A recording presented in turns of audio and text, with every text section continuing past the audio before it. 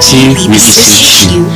Grant us the grace to love our work and service to our community, to be conscientious without need for praise and adulations, to be friendly and generous with our help to all who seek service from our office, to observe your divine laws, justice, and truth in all our transaction. Protect us, Lord, from temptations. Do not let us take advantage of our position for personal gains and at the expense of others. Let us not enrich ourselves with property and money that rightfully belong to the citizens, whom we pledge to serve and constantly remind us that honesty is still the best policy. That ill-gotten wealth cannot bring happiness in the end.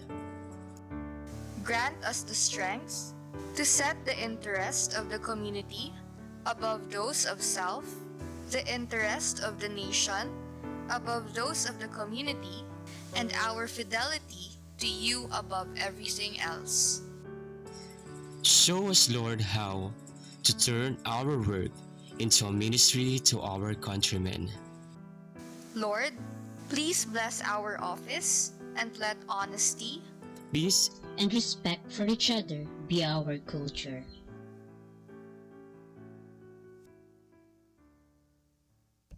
Okay po, thank you very much.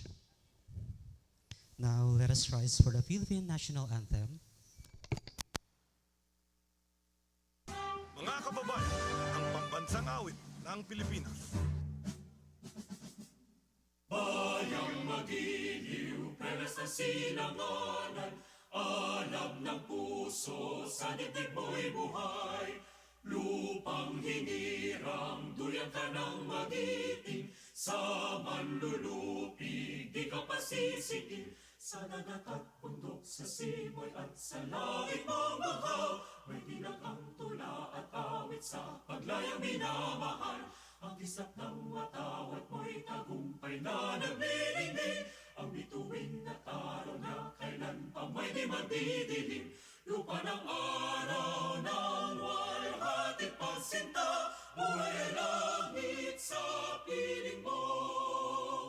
Aming ligaya na pag may mga api, ang mamatay ng dahil sa'yo.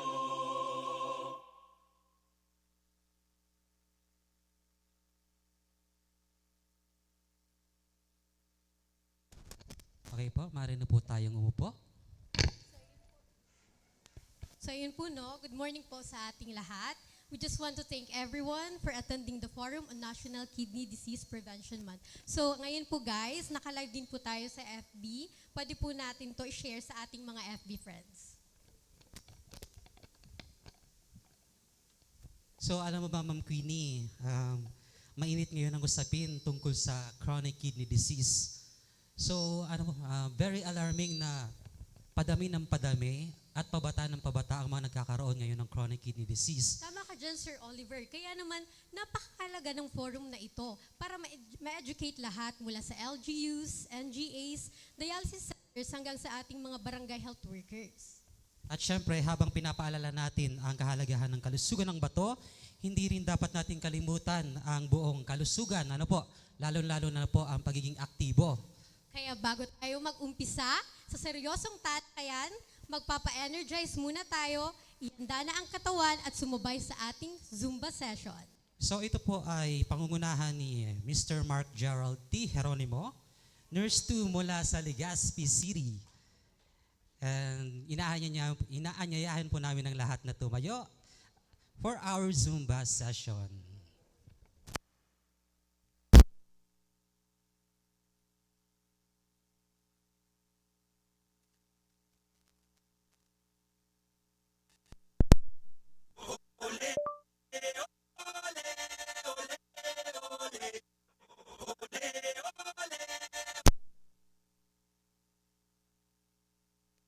Magandang umaga po sa lahat.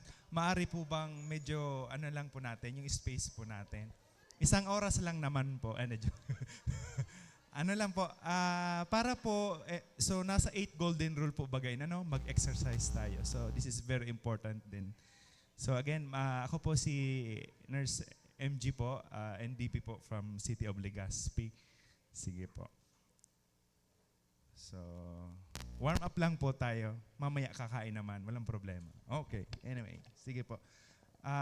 BHWs from Barangay Dapdap, please come over. Para naman medyo ganahan pa. Ano po? Pwede po dito. Yung iba lang, mga ano yan. Backup naman. May backup dancer. Kasi parang ang solo lang ako dito. Parang ano, para medyo lively naman. Okay, sige po. So, good morning again.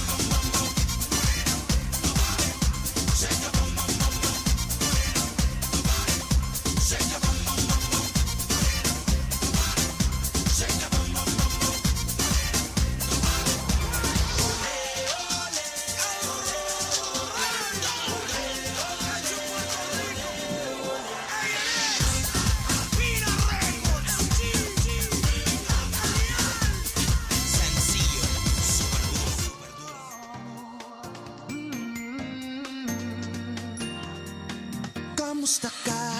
Bakit para kang matamlay? Kulang ka ba ng energy? Likat sumabay. Panahon na katawan ay bigyan ng buhay. We're gonna do it, we're gonna move it. Huwag laging nakaupo, tumayo't gumalaw. Pwede naman sumayaw. Kung gusto mo sasabayan pa kita, ako't ikaw ay magsasaya, magpapasigla. Mag-exercise tayo nang sabay-sabay, itaas ang mga kamay at iwagayway. Gumalaw up and down, round and round, side to side. Mag-exercise tayo, healthy Pilipinas.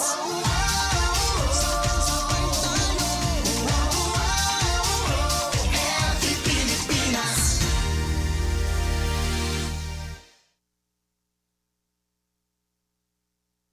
Salamat po.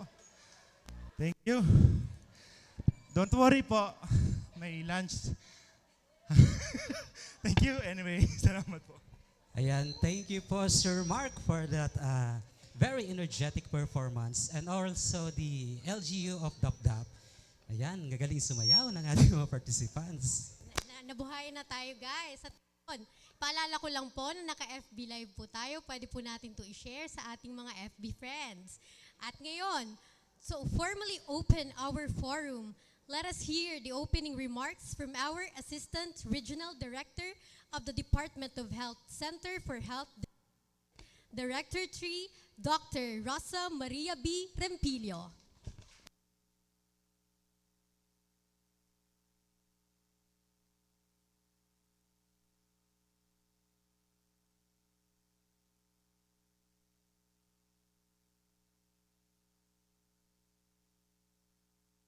Gandang umaga po sa ating lahat. Naku, parang walang energy, Sir MG. Gusto niyo pa na isang Zumba? Hiningal na po ako eh. Ako hindi ko na maipapangakong sasali ako ulit. In behalf of our Regional Director, RD Melissa T. Sena, I would like to welcome you all to this Kidney Month, National Kidney Month Forum. Hindi po lingid sa ating kaalaman na tumataas ang dami ng mga may sakit na na kinakailangang magdialysis. Hindi po ba? Kapitbahay, kamag-anak, kaibigan, yung may mga diabetes, may hypertension, eventually ends up na merong chronic kidney disease. Sino po ba ang walang nakakakilalang may CKD? Walang nagtaas ng kamay. Ibig sabihin, lahat tayo merong kilala na meron. Nakakalungkot, di po ba? Lalo na nasa health sector tayo. Allow me to recognize first ng ating mga bisita ngayong umaga. Nakipag-partner po tayo sa Philippine Society of Nephrologists. We have Dr. Regondola here. Magandang umaga po, Doktora. And thank you. Maganda po na nandito si Dr. Regondola kasi makikinig tayo sa kanya. And hopefully, maibahagi natin ang mga matututunan natin sa kanya, sa iba. Kasi kung talaga namang dumadami ang kaso ng mga CKD, ibig sabihin, nagkukulang tayo sa prevention. Baka sa ating mga pamilya mismo, panayang kain natin ng maalat. Matamis. Diba? Sarap kumain kaya ng adobong may asin. Adobo sa asin. Tuwang-tuwa yung mga BHW. Sarap, diba, no? Diba, may gamot naman palaging ganun yung rason natin Palaging may gamot naman tayo, sige inom. Pero, before tayo uminom ng gamot, sana nape-prevent na natin. Diba, Doktora? Importante yung prevention. Ang ating mga dancers from DapDap, thank you for participating in this forum. Sa ating mga local government units, representatives from the RHUs na narito, midwives, nurses, tayo naman po kayo para makita kayo online. Baka hanapin kayo. Kukunti lang naman pala. Sa ating mga partner dialysis centers, representatives, wala po. Yun naman, kailangan talaga hanapin ko kayo bago kayo tumayo. Maraming salamat po sa pag-aalaga sa ating mga dialysis patients. May Nakalimutan ba ako, Dr. Raymond? Sa mga staff ng DOH Bicol CHD, kasi masipag silang nag-advocate to partner with you para sa mga ganitong events. Aaminin po ng Department of Health na hindi namin kayang kami lang. Ang usapin ng kalusugan ay usapin ng lahat. Kumbaga nga, whole of country, whole of society approach para mas magampanan natin ang tungkulin ng pangangalaga sa ating kalusugan at lalo na ngayon na ating bato.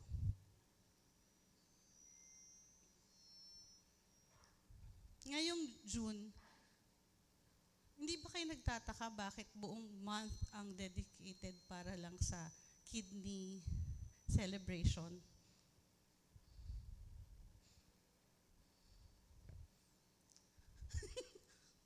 Tahimik sila. Hindi po ako nagpaparevalida. Kailangan lang po nating pagtuunan ng pansin yung pangangalaga ng ating bato. At ngayong buwan na to, ang tema niya ay, pakibasa nga po. Bato ay alagaan, buhay ay ipaglaban. This CKD, this condition is actually close to my heart. My husband died of CKD recently. So, pakiusap, bago lumala, magpa-screen, magpa-check up. Kasabay na po kasi sa e-consulta ang simpleng urinalysis at blood chemistry. So, hindi na po pwedeng sabihin natin na wala kaming access.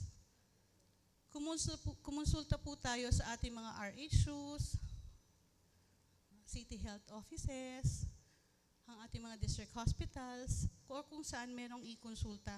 Kasi ibibigay po ito ng libre sa inyo, urinalysis at blood chemistry. Lalo na sa may mga family history ng ganitong mga sakit. Emotional na ba ako? May tama kasi ang CKD sa akin eh. Anyway, hindi po kayo nag-iisa sa paglaban at pangangalaga ng inyong mga bato. Narito po ang ating mga nurses, midwives, BHWs, doktor at mga dialysis center para pangalagaan at ipaglaban ang ating mga buhay. Hindi po malayo na kayo ay magkaroon pa rin ng quality life kahit may sakit na CKD. Mamaya po malalaman natin yung experience ng isang pasyenteng may CKD. Wala po sa program yun, surprise yun. Di ba? Kasi kailangan nating magbigay inspirasyon na hindi death sentence ang CKD. Basta napapangalagaan. Sa PhilHealth alone, meron pong 996,000 per patient per year na tulong para sa mga nagda-dialysis. This is both for peritoneal and hemodialysis. So hindi na po rason ngayon na walang pera para magpa-dialysis. Ang mga hospitalization po, meron tayong partner hospitals na merong MAIFIP or yung Medical Assistance for Indigent and Financially Incapacitated Patients Program. Dito po, pwede din tayong humingi ng financial assistance para sa mga bayarin sa ospital. So, PhilHealth at MAIFIP na programa po ng Department of Health.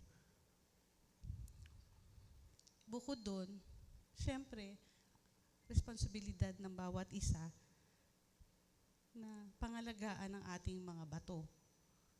Yung pag-iwas sa pagkain ng mga maalat at matatamis, di po ba? Sinong hindi mahilig kumain ng maalat at matamis? Lahat tayo guilty eh. But after some time, kailangan po magpa-check up tayo. Sino po ba yearly nagpapa-urinalysis dito, maski walang nararamdaman? Ay, thank you.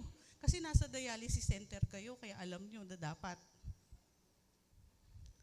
Pero importante po talaga na maski walang nararamdaman, i-access ninyo yung services na meron sa inyo, sa ating mga lugar. Urinalysis and blood chemistry lang po. Makikita na natin kung anong kondisyon ng ating mga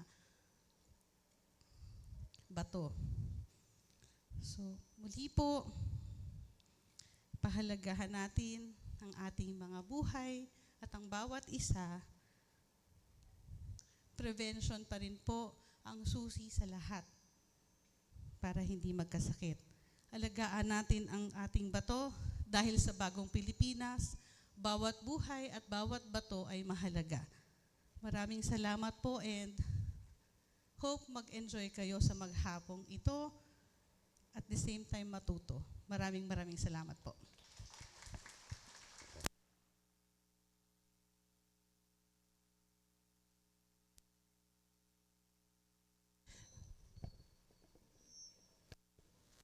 Ayan po, thank you very much ARD Rempilio for that inspiring message. So ayan po, so nalaman natin na meron tayong, kay ARD Rempilio, na meron tayong 7,217 patients. At talaga namang may tulong ang PhilHealth para sa mga pasyente sa halagang 990,600 sa buong taon. So excited na ako na ibahagi ang mga ibabahagi ng ating resource speakers sa araw na ito. Ako rin, Sir Oli, at talaga naman marami tayong matututunan tungkol sa pag-iwas at pag-alaga ng ating mga bato. So, kaya wag na natin patagadin pa. Simulan na natin ang serye ng Tayakalan na makakatulong sa ating community. So, to begin our lectures, let us welcome the CKD Program Manager of DOH Bicol CHD. He will be giving us the overview of the Chronic Kidney Disease Prevention and Control Program in the Bicol region.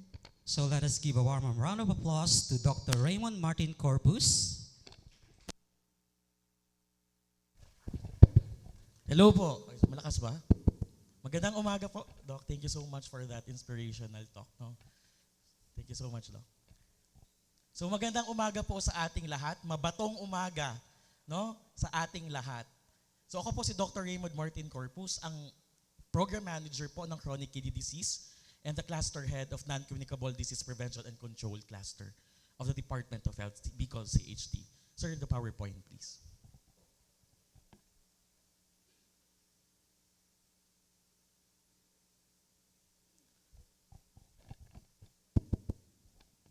Sige po, kumusta naman po kayo ngayong araw?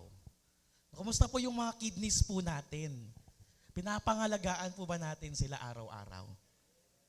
Yes. No, isang reflection to sa atin, no? Kaya meron tayong Kidney Month celebration upang ipaalala sa atin kung gaano kahalaga ang pangangalaga sa ating mga bato. No, so every day, let us aspire to be someone na mag-advocate tayo, no? Hindi lang po sa ating mga facilities, kundi sa ating mga communities din, and especially sa ating mga sarili. Okay na, sir. Yun. Kita-kita naman natin, di ba? Yung logo po, yung ginagawa po ng Health Promo Unit natin, kita nyo? Si Darna. Di ba sabi ni Darna, ding ang bato. Dati hindi ko magets yung ginagawa ng Health Promotion Unit namin. Bakit may Darna? Ayun, no? Di ba? Yung pala yung bato. No? So mamaya malalaman natin kung bakit si Darna ang sumisimbolo po ng Prevention Month po natin. No, sige. Ang tanong natin, ding nasaan si bato? Alam niyo po ba kung nasaan po ang mga bato po natin? Si Bato de la Rosa, hindi. Iba pa huli, charot. Hindi. Alam niyo ba kung nasaan yung mga bato? Na, hindi yung bato na nasa yung mga illegal yung bato po natin, alam niyo po ba kung nasaan siya? No, pakitaas po ulit ng inyong mga fist. No, pakitaas po ulit. Sige, sige. Sir, pakitaas po. Yun. At pakilagay po sa inyong mga likod. Dalawang fist. Yan, ilagay po. No? Diyan po ang ating mga bato. No? Ganyan po din po kalaki ang ating mga bato. No, fist size din po siya, estimated, no? Kaya itong maliit na bagay na ito, bigyan natin ng halaga.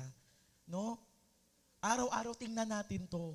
Binibigyan ko ba ng halaga ang aking bato?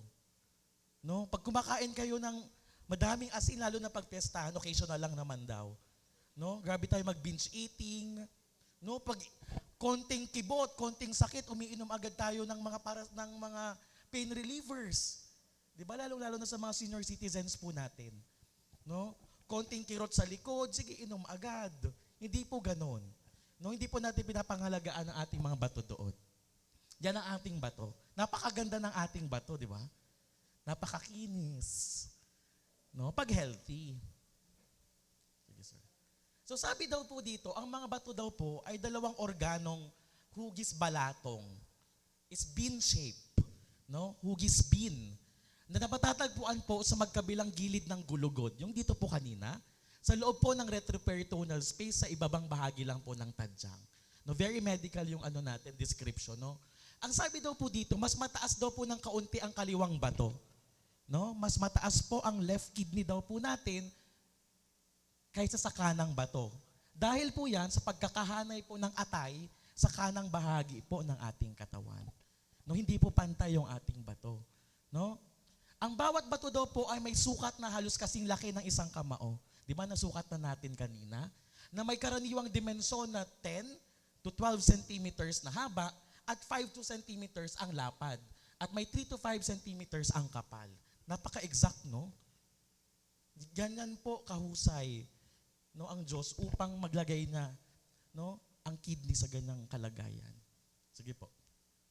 Yun. Healthy kidney and diseased kidneys. Saan ba kayo dyan? No? Di natin malalaman kung hindi tayo magpapatest. Sabi nga ni Dr. Rempilio kanina, prevention po ang susi. No?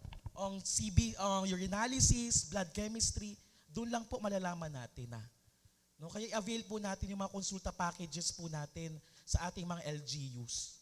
Sige po, sir. Ito pong programa po natin ay nag-start matagal na. Red Cup pa po ang tawag dito. No? Red Cup pa noong panahon. Noong 2021 lang po, ina-amend po ito ng Kagawaran ng Kalusugan sa Central Office upang ma-implement po na ma-institutionalize po ang CKD program po natin under ng OH.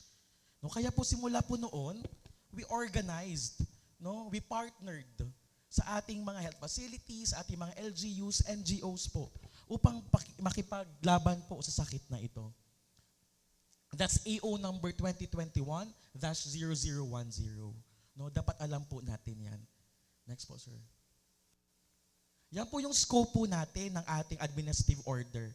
Unang-una, ang sabi daw po dito, lahat daw po ng opisina na attached agencies of the Department of Health ay dapat po magkaroon or ma-implement yung administrative order. No? Next po, ang mga Center for Health Development, kami po yun, CHD. Ang mga LGUs po, kayo po yun. No? The DOH hospitals and specialty medical centers, no, meron po tayong ganyan. Other government and private national and local facilities, healthcare providers, and mga stakeholders po natin. Kaya po nandito kayo.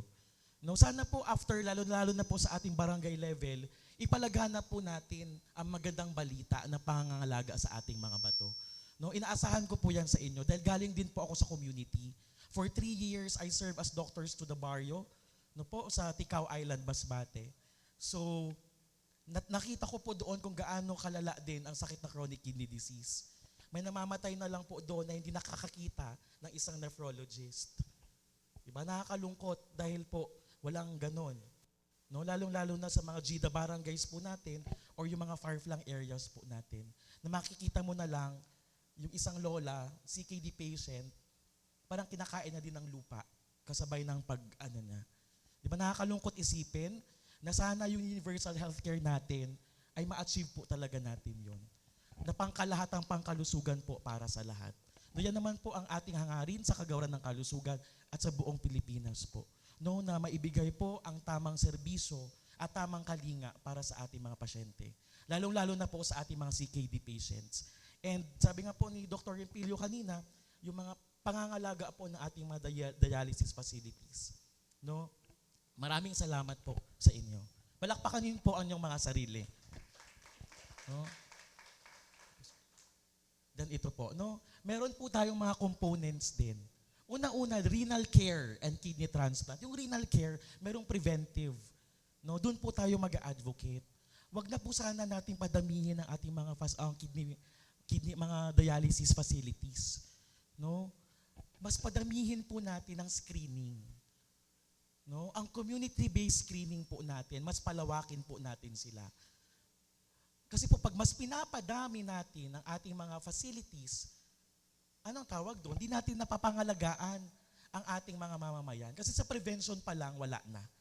No? Sana magtulungan po tayo na sa prevention pa lang, i-gatekeep na po natin ang ating mga kababayan para hindi na po sila mapunta sa CKD stage 5, no? Para mag-dialysis or mag-avail ng ating kidney transplant. At yung kidney transplant facility, ang services po natin, meron po tayo, no? We are advocating as part of the Philippine Organ Donation and Transplantation Program. No? Meron po tayo sa Bicol Medical Center TAPS. No? Sila ang ating procurement for our kidney. Sila po ang kidney transplant. Madami na po silang ginagawa mga kidney transplants po, no? Sa buong Bicol region. Yan po ang sinabi ko po kanina, na primary renal care services including health promotion activities. Isa na po ito. No? And sana po, kayo pong mga dialysis facilities po natin, magkaroon kayo ng mga adapted communities nyo. No? Yun po ang wish po namin. No? Kung for example, may barangay, may katabi lang na dialysis facility ang inyong mga facility, i-adapt nyo yung community at mag-advocate kayo doon. Kasi pag na-advocate nyo, yung community ninyo around you, mas better yun. Kasi lalaganap yun. Mas mapapalaganap natin ang pangalaga sa ating mga bato. That's the best way na mga strategies po natin na pwedeng gawin. No? Kasi sa Department of Health, we are just advocating. No? Kami po ang pangunahing nag-advocate lamang for this. No? Next, ito po yung mga ginagawa natin, screening, risk assessments. Kasi po sa non-communicable disease, meron tayong tinatawag na PhilPen or the Philippine Package for Essential Non-Communicable Disease. No? Doon po natin nakikita lahat sa risk screening na yun, hypertension, mental health, may CKD. No? Doon natin nakikita ang kalagayan ng isang pasyente. Sana po ma-root po talaga to. No? Sana ma-implement po natin ng maayos ito sa ating mga LGUs. Then ito po, and shall be provided by the primary healthcare facilities. No? Alam naman po natin na naibibigay ito. And sana tuloy-tuloy po ito. And sana din, mga facilities po natin, magtulungan po talaga tayo dito. Next po. Yan, organ donation, yung sinabi ko po sa inyo kanina, na we are also advocating for this. So next month po, magkakaroon din po kami ng mga events sa organ donation. No? PODTP po. So, nag-meeting na din po kami with BMC TOPS and the central office. And nagkaroon po kami ng awareness campaign this month for the organ donation and kidney care. No? So, online lang po yun and nag-attend almost 300 packs na BHWs natin. Sila po ang tina-target natin kasi mas madali nilang marites. No? Mas madali nilang maichismis ang magandang balita sa community. Di ba sila yung pinaka-basic natin na mga health workers sa baba? No? Dahil powerful din sila. Ang mga chismis nila napaka-powerful in terms of health. Di ba, mga moms? Di ba? Pag sinabi ninyo, sa isang purok, gagawin at gagawin yon. Kasi very empowered na po ang ating mga barangay health workers. No? Very empowered sila, na pinapaniwalaan sila ng ating mga mamamayan sa communities po natin. And sana, tulungan din po natin sila. Ang sabi ko nga kanina, i-adapt natin ang barangay at tulungan sila kung paano nila may improve ang advocacies po in terms of CKD prevention. Sige po. Ayun, mga HCPN po natin, Healthcare Provider Network. No? Kaya po kami mayroong networks din with the dialysis facilities. No? Kasi we are, kasi ano yan po, no? Aftercare. No? Kayo po ang nangangalaga sa kanila. And kami din po, bilang sa part ng Department of Health, kami po ang nagbibigay ng lisensya, no, sa ating mga dialysis facilities. Nagre-regulate po ng inyong mga status, no, as facilities. Then health promotion, ito po yung pinaka-importante nating gawin. Ito po, napakalaking health promotion po ito. Ang forum na po ito. No? And sana, ito po, i-share nyo po kasi live na live po ito via Facebook Live. no, ng ating Department of Health CHD Bicol. No, i-share nyo po sa inyo para makita po nila kung paano natin napangalagaan ang ating mga bato. No, next sir. Yun. Sige, ito po, kami po, LHSD, part po kami nun, no? The Local Health Support Division. So sa amin po yung programa. No, hindi lang po sa amin yung programa, ito po ay programa nating lahat. No? So we provide technical assistance to LGUs. Mamaya ipapakita ko po kung ano po ang ginagawa ng kagawaran ng kalusugan no, ng mga technical assistances sa ating mga LGUs. Sige po. Yan, yung RLED. Alam na alam po ito ng ating mga health facilities. No? Sila po yung nagbabantay, no? Gatekeepers po ng ating mga regulations. No? Pag hindi nakapasa, hindi ma-renew. Di ba? Ganun lang yun. So sana ma-maintain natin yung ating mga status. No? Next po, sir. Then, yan, mga DOH hospitals po natin and specialty medical centers. No? Ang Bicol Regional Hospital and Medical Center, Bicol Medical Center, mga top-notch po yan, no? In terms of nephrology. No? Kasi meron po silang mga fellows and consultants po na nagbibigay ng tulong po sa atin. Sige po, sir. Especially din po sa mga LGUs po natin na dapat ma-ensure natin na available ang serbisyo and equitable para sa lahat. Anong meaning po nito? Available po yung mga screening po natin. No? Di ba almost majority na po ng ating LGU, RHUs ay konsulta partners na po ng PhilHealth. So ano ang meaning po nun? Pag konsulta partners na po yun, meron na silang mga prevention packages, preventive packages, or primary care packages na andun na po yung sa urine and blood chemistry. Di ba? Nandun na eh. Yun lang nga po ang preventive measure ng PhilHealth, the e-consulta. Lahat na po is aftercare, lahat na support. Pag may sakit ka na. Pero ito, yung e-consulta, wala ka pang sakit. Sinusuportahan ka na ng gobyerno. Kaya i-avail po natin ito. No? Sige po. Yun, mga CSOs po natin or NGOs. Ang dami pong tumutulong po sa atin. No? Lalong-lalo na po ang Philippine Society of Nephrology. No, nangunguna po sila dito sa pag-advocate.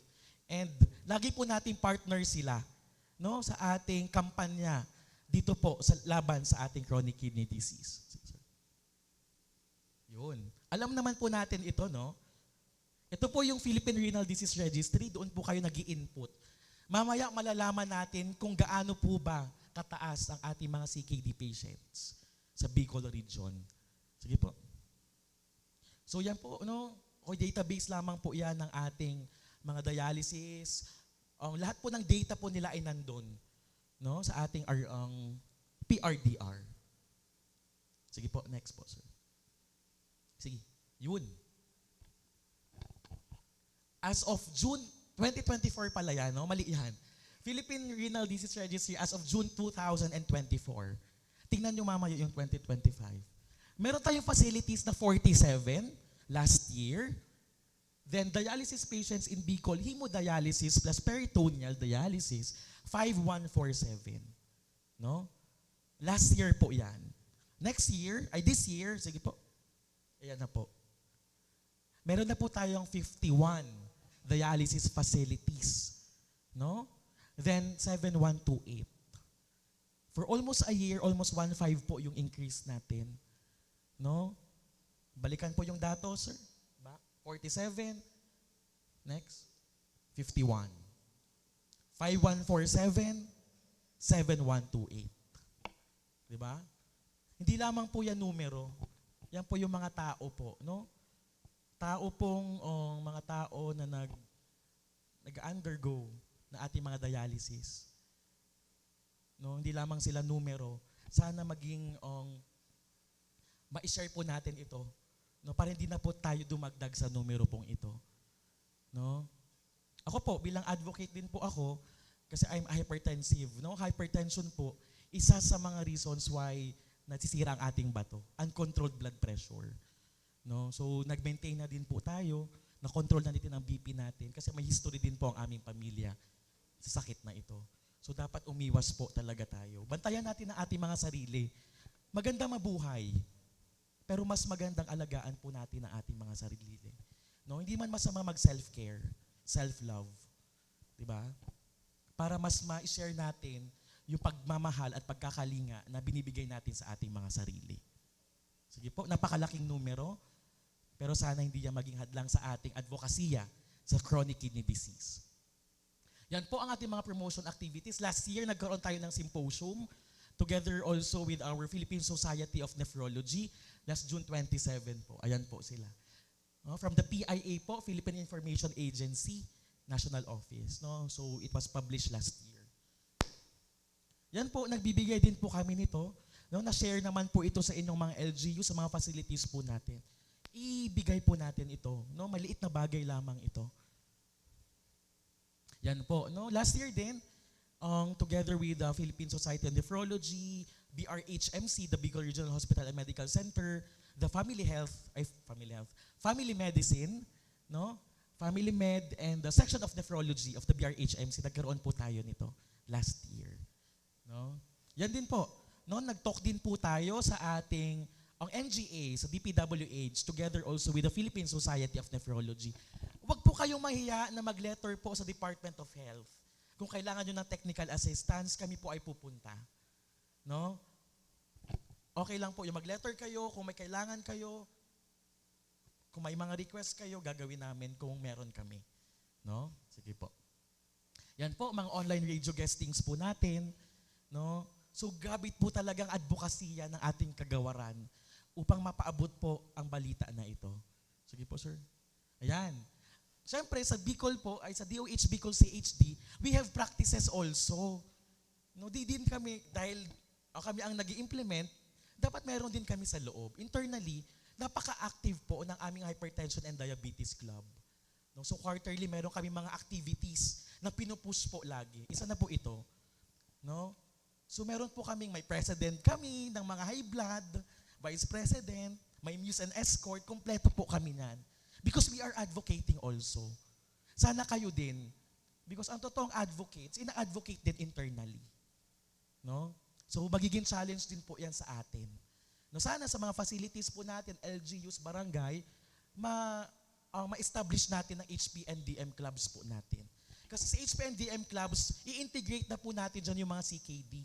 Nandyan na po yan. Sige po, sir. Yan. Meron din po tayo mga chikahang pangkalusugan. Noong November po 29, may episode po tayo yung Stop CKD. No? Di ba, walang sawa kami talagang nagbibigay ng awareness po sa ating lahat, sa buong Pilipinas, kasi ibang reach niyan eh. Di ba? Kasi online yan. So, gawin din po natin in a simple way. Next po, yun, World Diabetes Day Symposium with a partnership, in partnership din yan sa ating Philippine Society of Nephrology. Kasi one of the reasons of dialysis po is diabetes. Kaya nagda-dialysis po yung mga pasyente natin na may chronic kidney diseases dahil may diabetes sila. Diba? So i-integrate po natin lahat. No, kung bakit po nagkakaroon ng CKD, hypertension, diabetes, may mga risk factors po tayo. Diba? Madaming risk factors na pwedeng maka-apekto po sa chronic kidney diseases.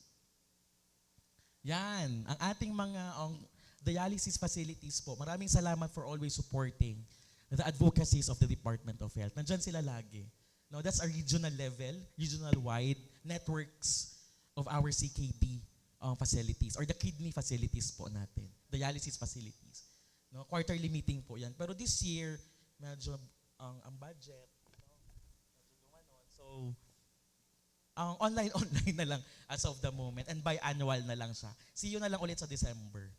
No, yan po. Ginagawa po namin to sa ating mga LGUs, supportive supervision. So kami po, umiikot po kami sa buong provinces ng Bicol Region. Pa-isa-isa pong probinsya, pinupuntahan po namin ang mga LGUs po. At tinitingnan namin kung paano po nila ini-implement ang non-communicable disease programs. At isa na po doon ang chronic kidney disease program. No? Kung po silang programang ganon, we are advocating, tinuturuan po namin sila kung paano po mag-start ng isang programa. No, di po kami talaga nagsasawa. Magsasawa na lang kayo sa amin sa pagbibigay ng technical assistance. Kasi hindi po magsasawa ang kagawaran ng kalusugan sa pagtulong po and pag-advocate po ng ating non-communicable disease, especially our CKDs.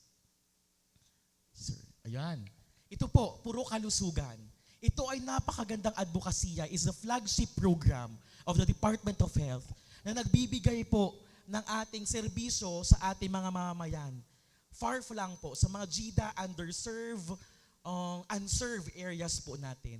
Mga ina-identify po yan ng mga LGUs po natin. Pwede kayo dyan mag-fill in mga facilities. No? Pwede kayo dyan mag-screen. I-coordinate nyo lang sa LGUs ninyo. No? Kung saan kayo naka-under. Sir, pwede po kami makipasok sa puro kalusugan? Kasi po yan po, pinupush po natin dyan or improving priority health outcomes. And isa po sa mga priority health outcomes po natin is to improve NCD management by 50%. So ano yun? Yung NCD, non-communicable disease po, CKD, hypertension, diabetes. Di ba? Pumasok po tayo dyan sa ating mga barangay. Kasi nandyan po ang problema natin. Yung mga nasa dialysis po natin, nandyan na sila, nakuha nyo na. Pero ang pinaka-problema natin ay mga nasulok-sulok na hindi po natin nasi-screen at nakikita. That's our challenge po, na may abot po ang serbisyo nating lahat sa mga taong ito. Sige sir. Next. Yan po, MM25 campaign. No, may measurement campaign. This is a 3-month campaign of the Philippine Society of Hypertension and the International Society of Hypertension. No? Ina-advocate po namin dyan ang BP monitoring. Di ba sa BP monitoring, malalaman din natin ang estado din ng ating mga sa kidneys. Siyempre, pag elevated masyado, pag uncontrolled ang blood pressure natin, naapektuhan po yung kidney natin. So, ang pinapakita lamang dito, si integrated approach sa ating mga programa. Ito pong puro kalusugan, in-integrate naman po natin ito sa puro kalusugan, ang MM25. And sana, ang challenge ko po sa inyo bago matapos ang aking talk, ma-integrate po natin ang urinalysis, ang ating screening, no, blood chemistry, sa ating mga barangay. Tanungin niyo po ang mga LGUs niyo kung paano po tayo makakatulong in terms of this. Kasi simpleng urine dipstick lang, na urine strip, malalaman na natin doon kung may protein, positive and all. No, simple lang yun, pero malaking impact po yun sa ating communities. Sige po. Yun. I-summarize ko lang po yung mga roles po natin, no, na nasabi ko na po ito sa inyo. Pero ito po yung pinaka-importante po sa ating lahat. Let's promote it, no? I-promote po natin ang ating programa sa ating communities. Kasi wala po dito ang problema sa atin sa loob. Ang problema natin ay nasa labas. Kasi alam na natin ito eh. Alam na alam ang problema, pero yung mga regular or normal na tao dyan sa kalsada, hindi naman yung priority. Tama po ba? Hindi naman nila priority ito kasi araw-araw, iba po yung priorities nila in life. Pero sana ma-advocate po natin, wag po tayo magsawa, ni-advocate po ang pangangalaga sa ating kalusugan, lalo na sa ating mga bato. Sige. Yun po. Sabihin ko na po, hindi man tayo si Darna na kailangan ng bato para maging superhero. No? Pero sana, maging Darna tayo, maging superhero po tayo sa ating mga bato. Maraming salamat po and good morning everyone. Ayan, thank you so much po, Dr. Corpus. Kaya naman po, maaari nating alagaan ang ating mga bato. Ngayon, Sir Ollie, bago tayo tumungo sa unang speaker, ano ngayong naalala natin sa speak ni Dr. Corpus, Sir Ollie? Ayun, ma'am. So, siguro, very thankful tayo na sa ngayon may ginagawa na yung lahat ng agencies, lalong-lalo na po yung mga partners natin na mag-advocate to kahit man lang mabawasan or malawan ng ating mga kababayan yung kahalagahan ng pag-detect kung meron ba tayong chronic kidney disease.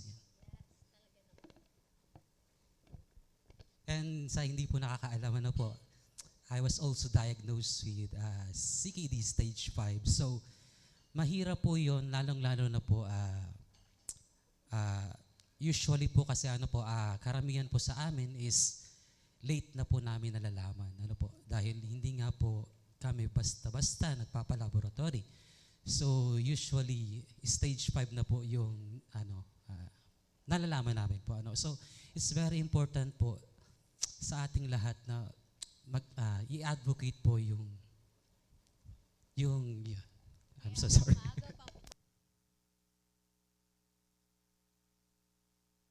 Kaya habang maaga pa, magpa-check up na tayo, guys.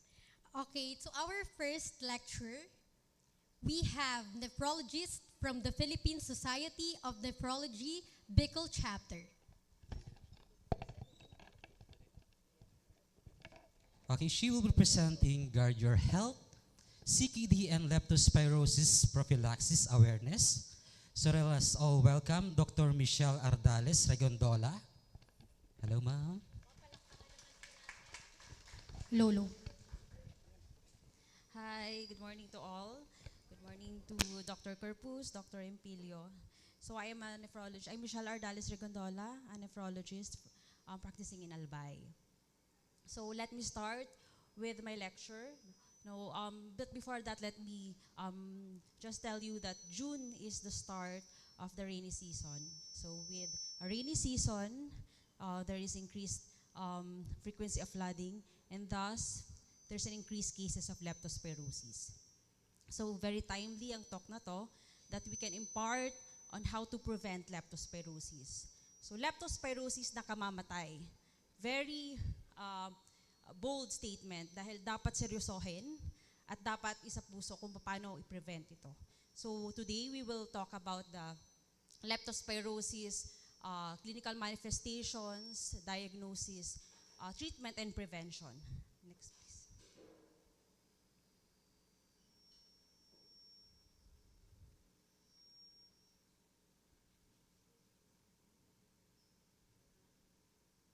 For the PowerPoint, sir.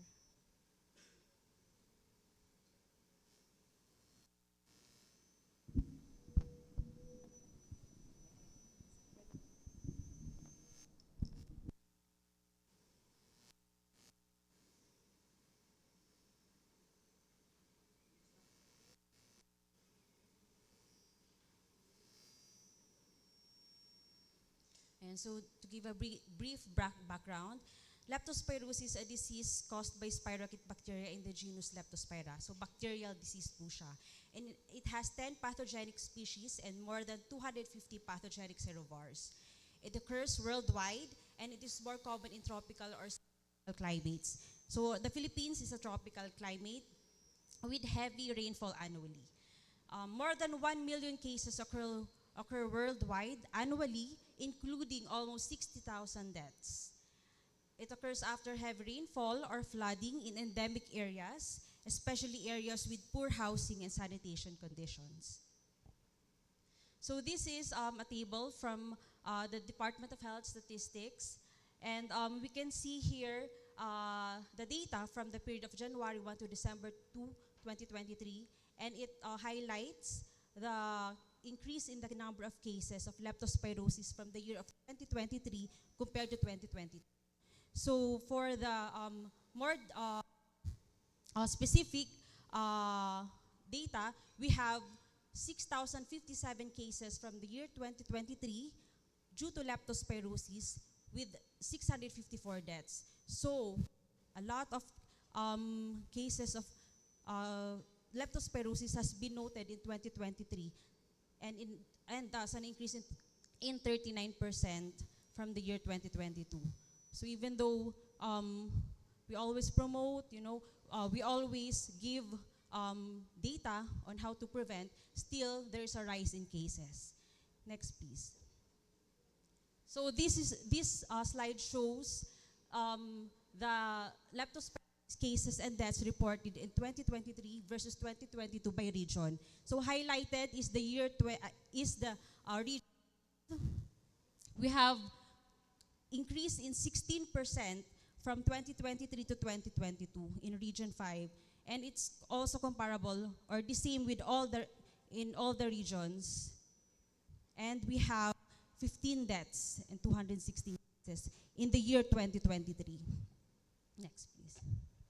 So we have to know the transmission. We have to go into this detail so that we can know how to prevent this disease. So leptospirosis is spread by the urine of infected animals. The rodents, such as the mice, the the rats, and of course, it can also be transmitted by dogs, livestock, pigs, horses, and wildlife. So the bacteria can survive for weeks to months in the urine-contaminated water and soil. And people can be infected through direct contact with the urine or the reproductive fluids from the infected animals, or contact with urine-contaminated water such as floodwater, rivers, streams, sewage, and wet soil. And it can also be transmitted by ingestion of food or water contaminated by urine or urine-contaminated water. Next, please. So the transmission can occur through mucous membranes, the mouth, conjunctiva, the eyes, the skin, and skin cuts or abrasions. Human-to-human transmission is very rare, but it has been documented through sexual intercourse and breastfeeding. It rarely occurs through animal bites, and high-risk activities can include wading, swimming, or boating in floodwater or freshwater. So let me just share my experience when I was in training. I had a case of leptospirosis, and when you ask the patient kung meron ng history of wading in water, these patients would say, no, wala. Here in Bicol, that patient had an instance na nag-swimming sila sa river. Or a patient of mine is a farmer, so with no exposure of wading in the flood. So maraming mode of transmission of leptospirosis, hindi lang sa flood or flood. Also, direct contact with animals and activities that can lead to skin abrasions and water or soil exposures such as clearing brush, trekking, and gardening. Next, please. So this picture shows the transmission of leptospirosis, starting with reservoir host. So what are reservoir hosts? These are animals that harbors or nourishes a pathogen, which is a harmful organism and serves as a source of infection. So from the reservoir hosts, such as the rodents, especially rats, they pass out these bacteria leptospira in the urine, and it comes into the water, soil, and food, thus contaminating it. So this contaminated water, soil, and food now contains the bacteria Leptospira species, and it can infect the other rodents. Thus, when these rodents pass out the urine, people can be infected through splashing contaminated water or urine into the eyes, swallowing contaminated water or food, or when they are exposed through open wounds in this contaminated water and soil. So the incubation period is 2 to 30 days. So when you ask the patient, kung nagkaroon ba sila ng history of wading in flood, wading in flood, or nag-swimming ba sila, you have to investigate as much as 1 month before. So hindi lang last week, no? You have to dig further. But most illnesses occur 5 to 14 days after the exposure. So that's about 1 to 2 weeks. So most infections are thought to be asymptomatic. So some people experience only mild symptoms such as flu-like illness, fever, headache, and in fact, approximately 90% of clinical illnesses present as non-specific acute febrile illness, while 10% progress to severe and potentially fatal illness with multi-organ dysfunction. So what are the organs involved? The liver, the kidney, even the brains, the meninges, and the lungs. Illness may be biphasic. So with the patient briefly recovering from mild illness, but then developing more severe illness. So akala ng patient, okay na, mild illness, but then it can lead to multi-organ failure down the road. So what are the leptospirosis symptoms? So the most common are fever, headache, so frontal headache, and then retroorbital, myalgia, typically of the calves and the lower back. Conjunctival suffusion, so it's redness of the eyes without exudates. Nausea, vomiting, diarrhea, abdominal pain, even cough, and sometimes a skin rash. Yung skin rash, it can present as macular, maculopapular, or petechial rashes. So you have a lot of differential diagnoses like dengue fever. It can present also with these symptoms, so non-specific symptoms. And then for severe symptoms, so you have to remember severe symptoms. This involves multi-organ, like jaundice from the liver, renal failure, hemorrhage, especially pulmonary, presenting as cough or spitting out blood in the cough, aseptic meningitis, presenting as decreased sensorium, cardiac arrhythmias, pulmonary insufficiency, and hemodynamic collapse, or hypotension, pagbaba ng blood pressure. So combined renal and liver failure associated with leptospirosis is referred to as the Wales disease. Next, please. So how about those patients who are pregnant? Leptospirosis during pregnancy can cause fetal complications, including fetal death and abortion. And here it is, the case fatality rate for leptospirosis, or the mortality rate, is 5 to 15% among patients who have severe illness, those who have multi-organ failure. And patients with severe pulmonary hemorrhagic syndrome, the case fatality rate can exceed 50%. So personally, we have experienced that. Pag nasa emergency room, nakikitang umuubo na yung patient, difficulty of breathing, ikot-puwet na naming mga doctors, because we know that the case fatality rate, when you have a pulmonary involvement, is 50%. So 50-50 na yung patient. So for the laboratory test, we have to discuss also these antibodies and serologic tests to know what to get samples from the patient. So hindi lang kasi siya simpleng you have to get the blood sample. You have to know the timing on when to get the specimen and what specimen to get from the patient. So antibodies for leptospirosis develop between 3 to 10 days after the symptom onset. So it means that negative serologic test results from the samples collected in the first week of illness do not rule out the disease. And serologic testing should be repeated on a convalescent sample collected 7 to 14 days after the first. So for example, dumating yung pasyente, so that with symptoms, so that the patient is in the acute phase of the illness. You have to get a serum sample and submit it, and what we call the lepton microagglutination test. And then, hindi lang nagtatapos doon. After 1 week, 1 week to 2 weeks after, you have to get another sample in the blood and to compare it, the titer, from the first week.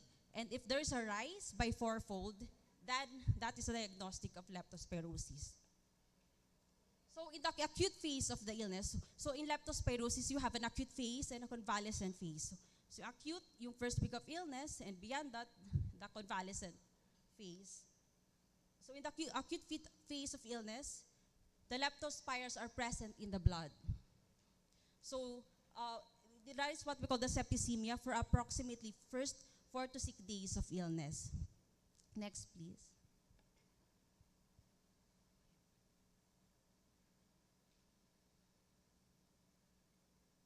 We also call that the leptospiremic phase because the spirochetes are in the blood. So beyond that, the leptospires shed intermittently in the urine after approximately the first week of illness onset. So it's very easy to remember. After the first week, on the second week, then the patient sheds the leptospira in the urine. So due to the transients, but it's intermittent. So due to the transients of leptospires in body fluids, a negative PCR test does not rule out leptospirosis. So ang hirap, no? Yung diagnostic exams niya ay hindi sensitive or specific for the disease. And you have to have a high clinical of suspicion to diagnose it and to intervene as soon as possible. Kasi hindi reliable yung mga tests because of the nature of the bacteria. So it is best to submit as many specimen types as possible. And the recommended specimen based on the collected timing are for the acute illness, first week, you get the whole blood and the serum kasi yun yung nasa leptospiremic phase. And then for the convalescent illness, after the first week, then you get the serum plus or minus the urine. So you collect this and then send the sample for testing. Next, please. So these are the diagnostic tests for leptospirosis. So the IgM-based commercial assays, the ELISA IgM, Immunodot, lateral flow tests, these IgM assays are screening tests only. And results should be confirmed using one of the confirmatory methods below. So for the confirmatory diagnostic test, we have the microscopic agglutination test, or the MAT. This is a confirmatory serologic testing. And as discussed previously, the acute and the convalescent serum samples collected 7 to 14 days apart is ideal. So 2 beses mo siyang i-check, no? And then if only one sample can be sent, as a sample collected after the first 7 to 10 days of illness is preferred. So mas maganda kung isang sample lang yung kayang isend, yung after the 7 to 14 days na. And in the Philippines, since it is endemic, a rise in 1 is to 1,040 is diagnostic of leptospirosis. But if you have a comparison, may comparison kayo. So a 4-fold rise in the titer is diagnostic of leptospirosis. Another confirmatory diagnostic test is the polymerase chain reaction. So the recommended samples are whole blood collected in the first week of illness, in the first 4 days since the symptoms onset is ideal. And the urine, you collect it at least 1 week after the symptom onset. CSF fluid can be sent for PCR if the patient has signs of meningitis. And these fresh frozen kidney and or liver, these are gotten from the deceased patient. So parang for epidemiologic purposes. And the kidney is preferred. And also another is pathology or immunohistochemistry. So the formalin fixed tissues from the kidney, liver, lung, heart, or spleen is taken and sent for immunohistochemistry. Next, please. So for the treatment, early treatment may decrease the severity and duration of disease. So like what I've said, yung diagnostic test is very difficult to send. And here, especially here in Bicol, hindi naman siya available, no? I think ang meron is lepto-IgM. So once you have a high index of clinical suspicion, you have to treat it right away. Because if you treat the leptospirosis when there's already organ involvement, and it will not be effective, or will not affect the mortality rate. So as soon as possible, there are symptoms, fever of 2 days duration, and then the patient has high exposure with all other symptoms such as headache, abdominal pain, diarrhea, nausea, and vomiting. You have to give the antibiotics as soon as possible. In patients with high clinical suspicion of leptospirosis, initiating antibiotic treatment as soon as possible without waiting for the lab results is recommended. So next, please.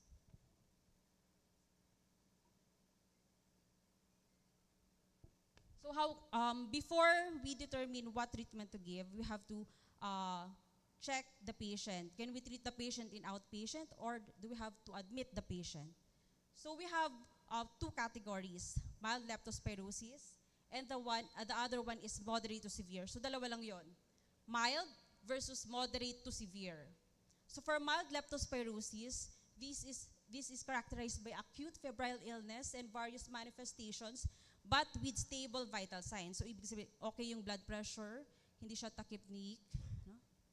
Anecteric sclera, hindi jaundice yung patient, yung eyes, hindi yellowish, with good urine output, and no evidence of meningismus, meningeal irritation, no sepsis and septic shock, no difficulty of breathing, and can take oral medications. So the patient should be able to take this oral medication. So yung mga patient na nagva-vomit, no, who cannot intake these antibiotics, you have to admit. And then what is moderate to severe? So moderate to severe leptospirosis is characterized by multi-organ failure. The liver, the kidneys, the lungs.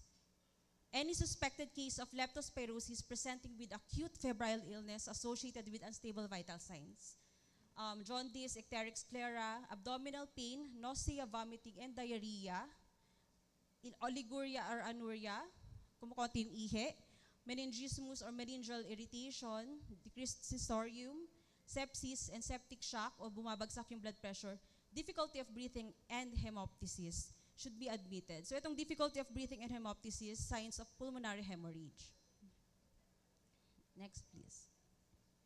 Now we go to the dosage of antibiotics recommended for leptospirosis for the treatment. So this is the treatment for leptospirosis. So again, we have two categories, no? The mild versus the moderate to severe leptospirosis. There's no in between, no moderate. So first is mild leptospirosis. The drug, the first line agent for antibiotics for mild leptospirosis is doxycycline. So doxycycline 100 milligram, 2 times a day per orem. And alternative agents are available. So we know that doxycycline is contraindicated in patients who are pregnant or less than 8 years old.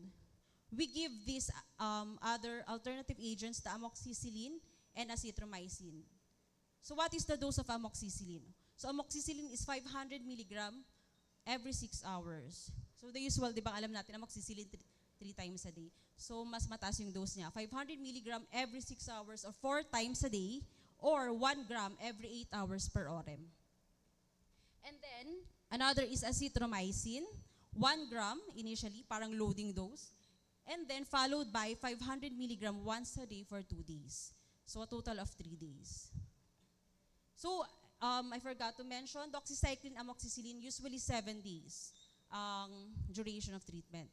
And then, for the moderate to severe leptospirosis, so these are the patients who are going to be admitted in the hospital. We give penicillin G, IV antibiotics, 1.5 million units every 6 to every 8 hours. And then for alternative agents, we have ampicillin IV, azithromycin IV, ceftriaxone, and cefotaxime. So yung ceftriaxone and cefotaxime, third generation cephalosporins. So according to studies, similar efficacy between all of that. You can give for oral antibiotics under mild leptospirosis, anyone can be given, hindi lang doxycycline. You can give amoxicillin also and azithromycin. And then step-down therapy can be instituted once the patient is clinically stable and able to tolerate the oral medications. So from IV, pwede na natin siyang step down sa tablet. Next, please.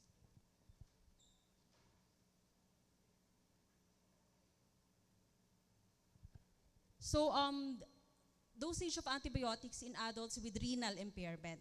So what's important to remember in this slide is that azithromycin, ceftriaxone, doxycycline, and penicillin G, these 4 antibiotics needs no dose adjustment.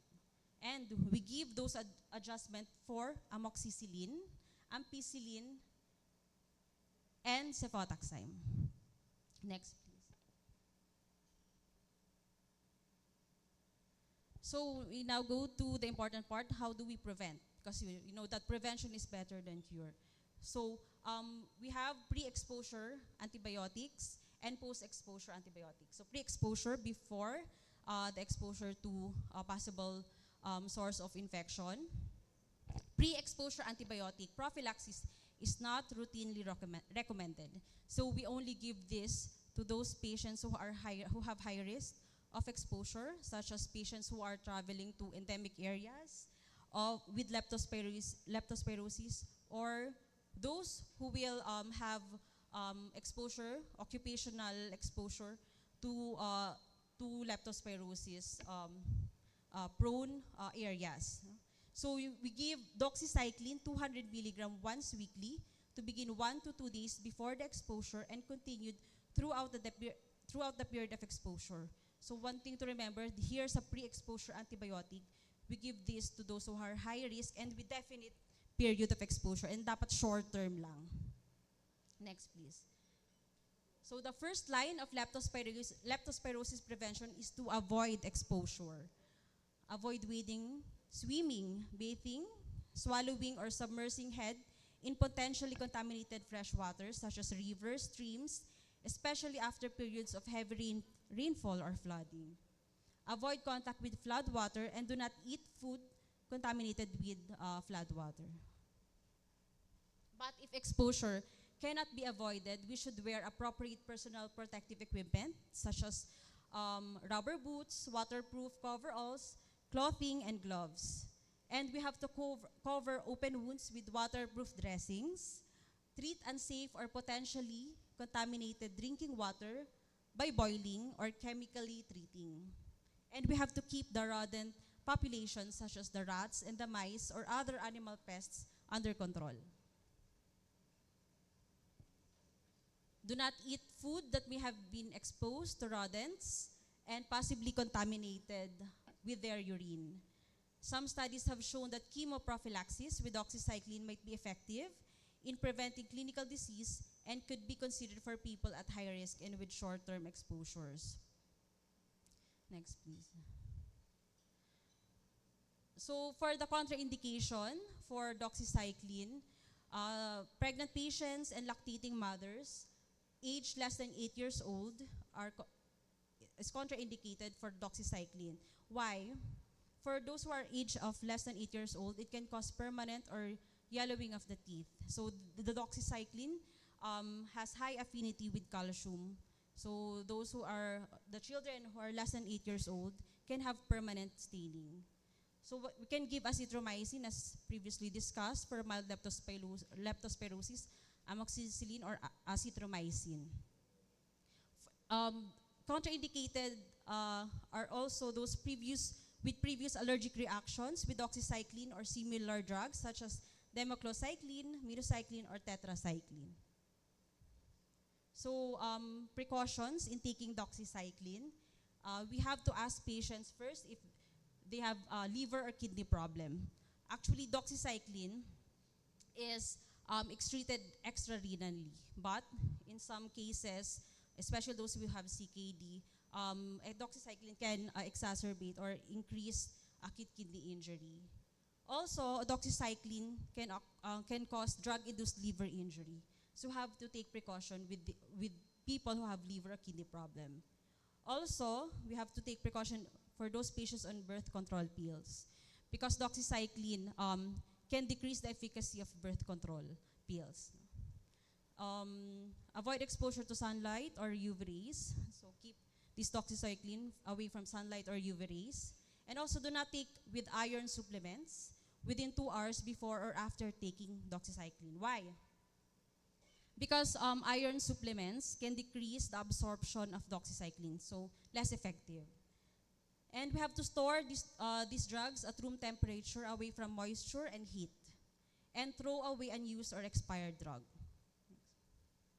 So what are the drug reactions from doxycycline? Antacids. Because the antacids contain calcium, magnesium, and interact with doxycycline. Minerals, tretinoin. So yung tretinoin, yung acne meds, they can have drug reaction with doxycycline. Antibiotics such as yung penicillin, the doxycycline can decrease the efficacy of penicillin. So allergic reactions can present such as difficulty of breathing, swelling of the face, and it may cause diarrhea, nausea, severe headache, dizziness, and jaundice. So how to reduce the side effects? We have to take doxycycline with food or after a meal, and don't lie down for an hour following doxycycline. Why? Because when you lie down, the tendency is for the doxycycline to reflux into your esophagus, and then it can cause some irritation. So you have to take it 1 hour, 1 hour before to 1 hour after. You have to avoid lying down for 1 hour following doxycycline. So avoid, if possible, taking doxycycline along with other medications that are known to bother the stomach. And if the patient cannot take doxycycline 100 milligram capsule at 200 milligram once a day, you can divide it into 2 times a day, and 100 milligram once 2 times a day. So this is the infographic from Philippine Society of Nephrology. This is just a summary of what we have discussed. So, ano ang leptospirosis? Ito ay isang sakit dulot ng bacteria na tinatawag ng Leptospira. Nakukuha sa ihi ng mga hayop na may Leptospira tulad ng mga daga. Pwedeng makuha ang Leptospira sa paglusog sa baha o pagkainom nito. Paano maiiwasan? Iwasan ang paglangoy, paglusong sa baha, magsuot ng bota or gloves tuwing tagulan, panatilihing malinis ang bahay at ang kapaligiran. So, the symptoms, lagnat, mapulang mata, hirap umihi, hindi makaihi, kumukonti ang ihi, masakit na tiyan, masakit na kalamnan, and masakit yung ulo. So, ano yung mga complication? Pagpalya ng kidneys, pagdurugo ng mga baga, at pagkamatay.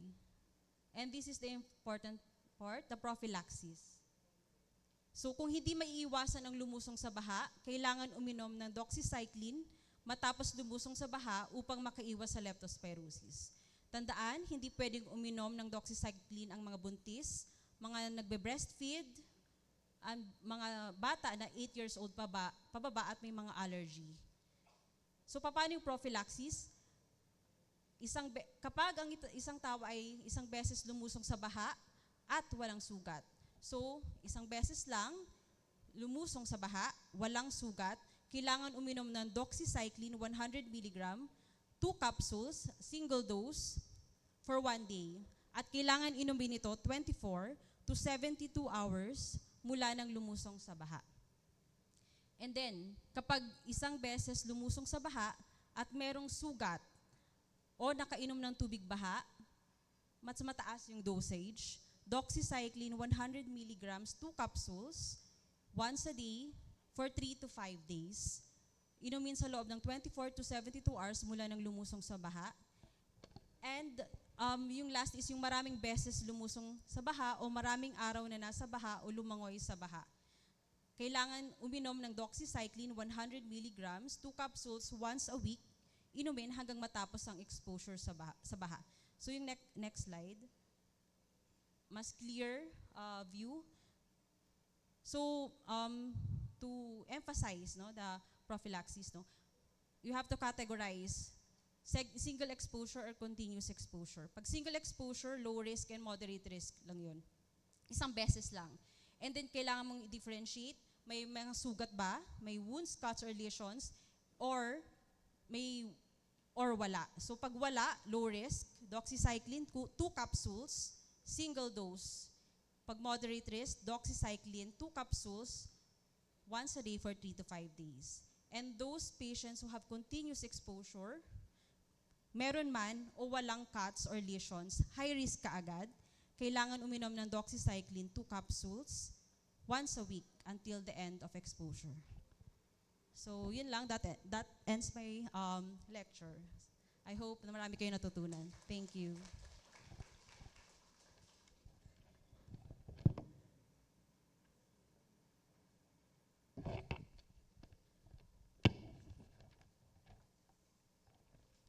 Thank you very much, Dr. Gondola. We would like to present a certificate of appreciation. We would like to call on Dr. Raymond Martin Corpus, Ms. Carla Lubedice, and Mr. Charles Medina.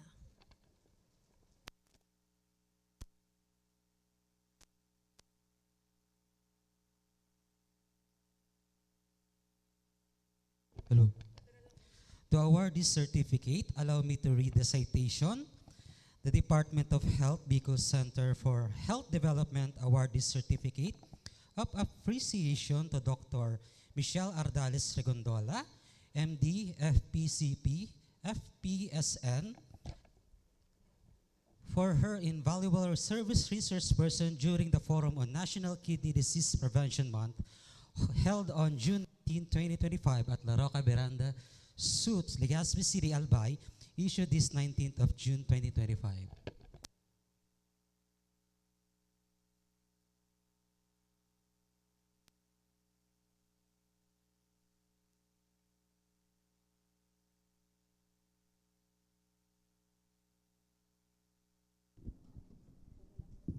Our next speaker is respected nephrologist and current president of the Philippine Society of Nephrology, Bicol Chapter. She will be discussing the topic Healthy Kidneys for Life Prevention Matters. Let us now welcome the very supportive Dr. Melissa Tita L. Antonio, President of the Philippine Society of Nephrology, Bicol Chapter.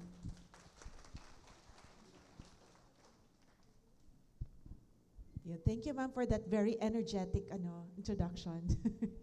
So, good morning, everyone. So, you can call me Dr. Leng for short. Oh, nakakatawa talaga yung pangalan ko, Doc Leng. Pero sanay na ako.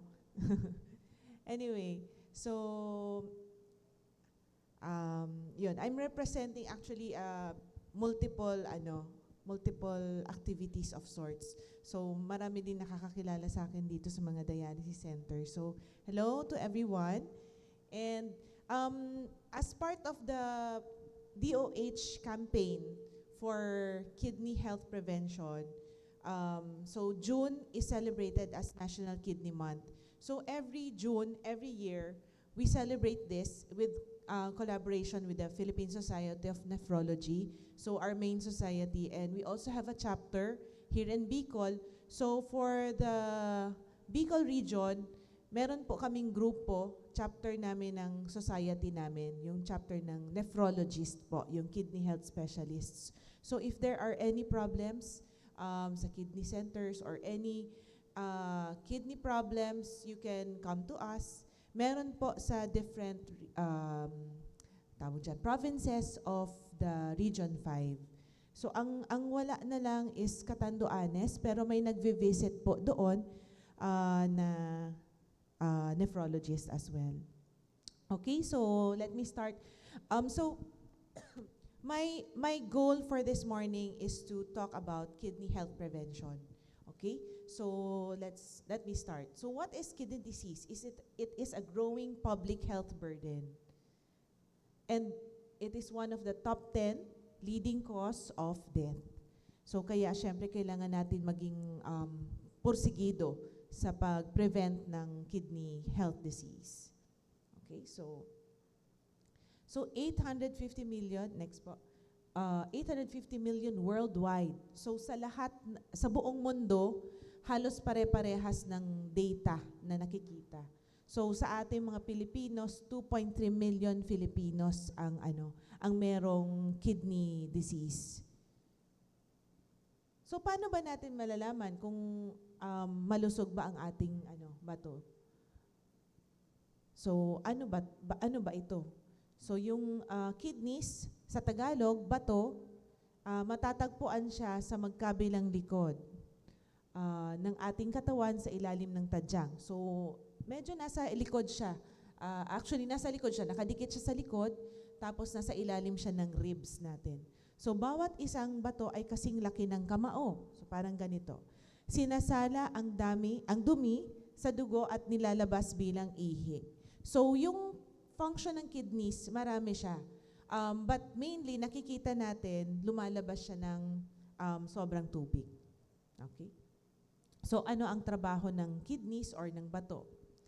So every minute, nagsasala siya ng 140 liters araw-araw upang magawa ng 1 to 1.8 liters ng ihi. So ang dami niyang sinasala kasi every second of our lives, nagsacycle yung dugo natin sa loob ng kidneys. Okay? So, nagko-control din siya ng alta presyon. Ano yun? Yung blood pressure, nagko-control din siya. Medyo, ang iba kasi, laging puso ang iniisip na pagka blood pressure, laging, sa heart yan. Pero actually, the kidneys also regulate. Siya din ang isa sa mga nagko-control ng blood pressure. So kami mga kidney specialist, mga BP doctors din po kami. Okay? So, nagre-regulate ng blood pressure, nagki-clean. Roughly speaking, ito po yung mga function ng kidneys. So, nagki-clean siya ng dugo, nililinis ang dugo, nagfi-filter ng waste and toxin, binabalanse niya yung tubig sa katawan, tapos minerals also, binabalanse niya. So, nagpapalabas siya ng sobra, tsaka kung konti, nire-retain niya sa katawan. Tapos, meron tayong sunlight sunlight. Ina-activate niya din kasi yung vitamin D activator na tumutulong sa pagpataas ng ating pulang dugo, yung hemoglobin tsaka RBC. So, ito pa yung iba. So, nagtatanggal ng lason sa dugo, nagpapanatili ng balanse ng tubig sa katawan, nagpapanatili ng tamang blood pressure, nagpapanatili ng balanse ng calcium sa buto at dugo at iba pang electrolytes, at tumutulong gumawa ng pula ng dugo. Okay? So, para hindi tayo magka-anemia. Ano ang mga karaniwang sakit sa bato? Number 1, infection. So, mga UTI. Okay, number 2, bato sa bato. Kidney stones po. So, sa katawan kasi, meron ding gallstone. So, magkaiba po yon. So, ito po, pwede rin magkabato sa bato. Pwede magka-stone sa kidney. Number 3, pamamaga sa bato or yung inflammation or yung tinatawag naming glomerulonephritis. Usually, yung glomerulonephritis, nakaakibat siya sa autoimmune disease. So, usually, pero hindi lahat. Okay? So, autoimmune, ibig sabihin, yung sarili nating immune system sa katawan, sinisira niya yung kidney. Okay? Number 4 is acute kidney injury. Parang madalian or biglaan na pagkabugbog ng kidneys dahil sa something, dahil sa iba pang rason. Or yung number 5, so kung all of this, yung number 1 to 4, masyadong matagal, pwede na din tayo magkaroon ng chronic kidney disease. Okay? So, in general, yung mga tawag sa sakit sa bato, other than the 1 to 4, CKD or chronic kidney disease. So, yung number 5, yung gusto nating maiwasan or mapatagal as long as possible. Okay? So, yun nga, yung infection, yung number 1 ng pyelonephritis, cystitis, prostatitis, at urethritis. So, naka-relate ito sa location ng infection. So, kung mismong kidneys ang merong infection, pyelonephritis ang tawag doon. Habang pagka-bladder naman, or pantog, cystitis ang tawag doon. Sa lalaki, kasi sila lang yung may prostate or prostata, sila yung pwede magkaroon ng prostatitis. Yung prostate kasi nasa ilalim siya ng pantog. Or anybody naman, babae o lalaki, pwede magkaroon ng urethritis. So, yung area after ng bladder, palabas na ng labasan ng ihi. So, yung sa babae kasi maikli lang ang labasan natin ng ihi. Sa lalaki, until dun sa ari, pwede magkaroon. Okay? So, yun yung infection. Next. Yung kidney stones naman, depende din sa area or location ng kidney stone. Pwedeng dito, kidney stone talaga, or nephrolithiasis. Pero pwede rin sa daanan, sa ureter. So, katulad nito nakikita natin, pag anywhere dyan, papunta sa baba, papunta sa pantog, palabas, pwede yung magkaroon ng obstruction sa kidneys, sa daanan ng kidney or yung genitourinary tract. Ito naman, yung sa glomerulonephritis, depende dun sa, tawag dyan, sa anatomic condition, pero usually, nandito yon sa cortices. Tapos, pwede rin maapektuhan ng konti yung sa tubules dito banda, pero yan naman nandyan naman makikita yung pamamaga. Okay? Okay, next po. So, ano naman ang AKI or yung acute kidney injury? Ito ay yung biglaan o mabilisang pagbagal ng paggana ng bato, madalas dulot ng dehydration, infection, matinding injury, or reaction sa gamot. So, di ba sabi ko kanina, 140 liters ang pinifilter or nagsisirculate sa kidney araw-araw. So, kung any volume doon mabawasan, well, hindi naman tayo umiinom ng 140 liters a day. Pero yun yung volume na dumadaan sa kidney kasi nagsa-circulate siya. So parang nagiging 140 liters siya. So kung magkaroon tayo ng dehydration, like mag-LBM tayo, AGE, or masyadong pawis, pwedeng magdulot ng kumonte yung volume kasi kumukonte yung iniinom natin, mas maraming lumalabas. Pwede magkaroon ng AKI yung isang pasyente. Kaya pwede rin mangyari acute tubular interstitial nephritis or acute tubular necrosis pag nagkaroon ng dehydration, lalo na pag nag-LBM. Okay? Maaaring gumaling kung maagapan, so kailangan magpa-check up agad, baka kailangan ma-admit para ma-hydrate. Ngunit kung pababayaan ay pwedeng humantong sa CKD. Okay, so madalas itong nangyayari sa mga pasyenteng naka-confine sa ospital, lalo na sa ICU kasi yung rate is 50% na lahat ng napapasok sa ICU pwedeng magkaroon ng acute kidney injury. Okay, so maraming mga patient na re-refer sa amin sa ICU dahil tumaas yung creatinine. So yun yung isa sa mga makikita nating sign na pwedeng nagkakaroon na ng AKI yung isang pasyente. Okay? So, anong mga sintomas ng sakit sa bato? Usually, 70% walang sintomas. Kaya, minsan napapabayaan, minsan malala na pag napupunta na sa ospital or nagpapacheck up. Pero yung iba na nakikita, ano yun? So, pamamaga, anywhere else in the body, pwede magmanas. So, katulad nung sa face, tapos ito, sa paa, or pwede rin sa tiyan, makikita nagbo-bloat, pwede rin yon. So, anything na sobrang tubig sa katawan. Vomiting, nagsusuka, not feeling hungry or walang gana kumain, nangihina, weakness, nagkakaroon ng problema sa pagtulog, hindi makatulog or gising ng gising. Changes in the urine, ito kasi makikita natin agad. Pwedeng mabula ang ihi, hindi po normal yun. Or maging tsaa, kulay tsaa ay yung ihi. Or may kasamang dugo. Yung kulay tsaa pwede rin parang Coke na nalusaw or iced tea. So, pwedeng ganun yung itsura ng ihi. Actually, pwede rin iba or dugo ang ihi or pwede rin maging blue or purple. May mga iba na medyo rare na yon, baka reaction na yon sa ibang gamot. Pero purple na ihi, may nakita na ako na purple na ihi. Okay, tapos hiccup or pagsisinok, swelling of the feet, sabi ko nga manas, or itchiness or itching. Ito usually walang makikitang mga rashes. So walang rashes pero bakit nangangati? Ayun. Chest pain or pwede rin shortness of breath kasi related itong chest pain tsaka shortness of breath or parang hinihingal yon or madaling mapagod. Okay? So ito, mabulang ihi. Lumalabas sa pag-aaral na ang pagkakaroon ng protina sa ihi ay isa sa mga unang indikasyon na may problema sa bato na maaaring makapagpalubha ng sakit sa puso. So, kuminsan kasi pag wala tayong nararamdaman, nakikita na lang natin ang problema, hindi tayo magbibigay ng atensyon, di ba? Ay, walang kalintura, walang fever, okay lang yan.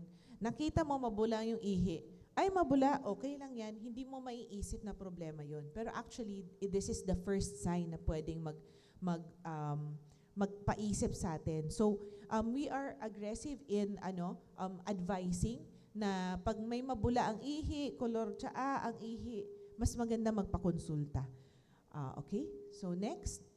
So, mga posibleng makita sa urinalysis, kasi syempre, this is a very basic test. Madali lang ipagawa. Mabilis lang yung resulta. It's very basic. So, pwedeng makakita ng dugo or protina sa ihi. So, yung mapula na ihi, it will indicate na baka merong protina sa ihi, which is abnormal.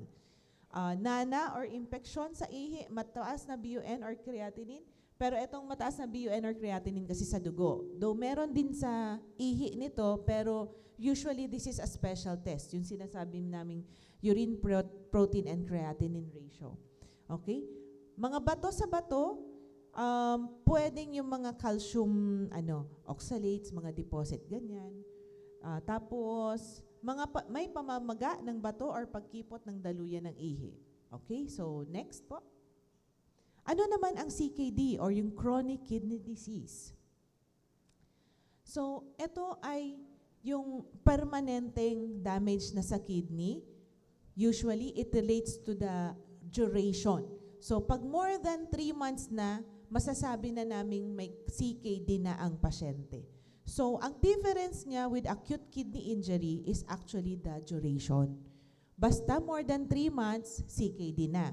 Pag less than 3 months, acute kidney injury pa yan.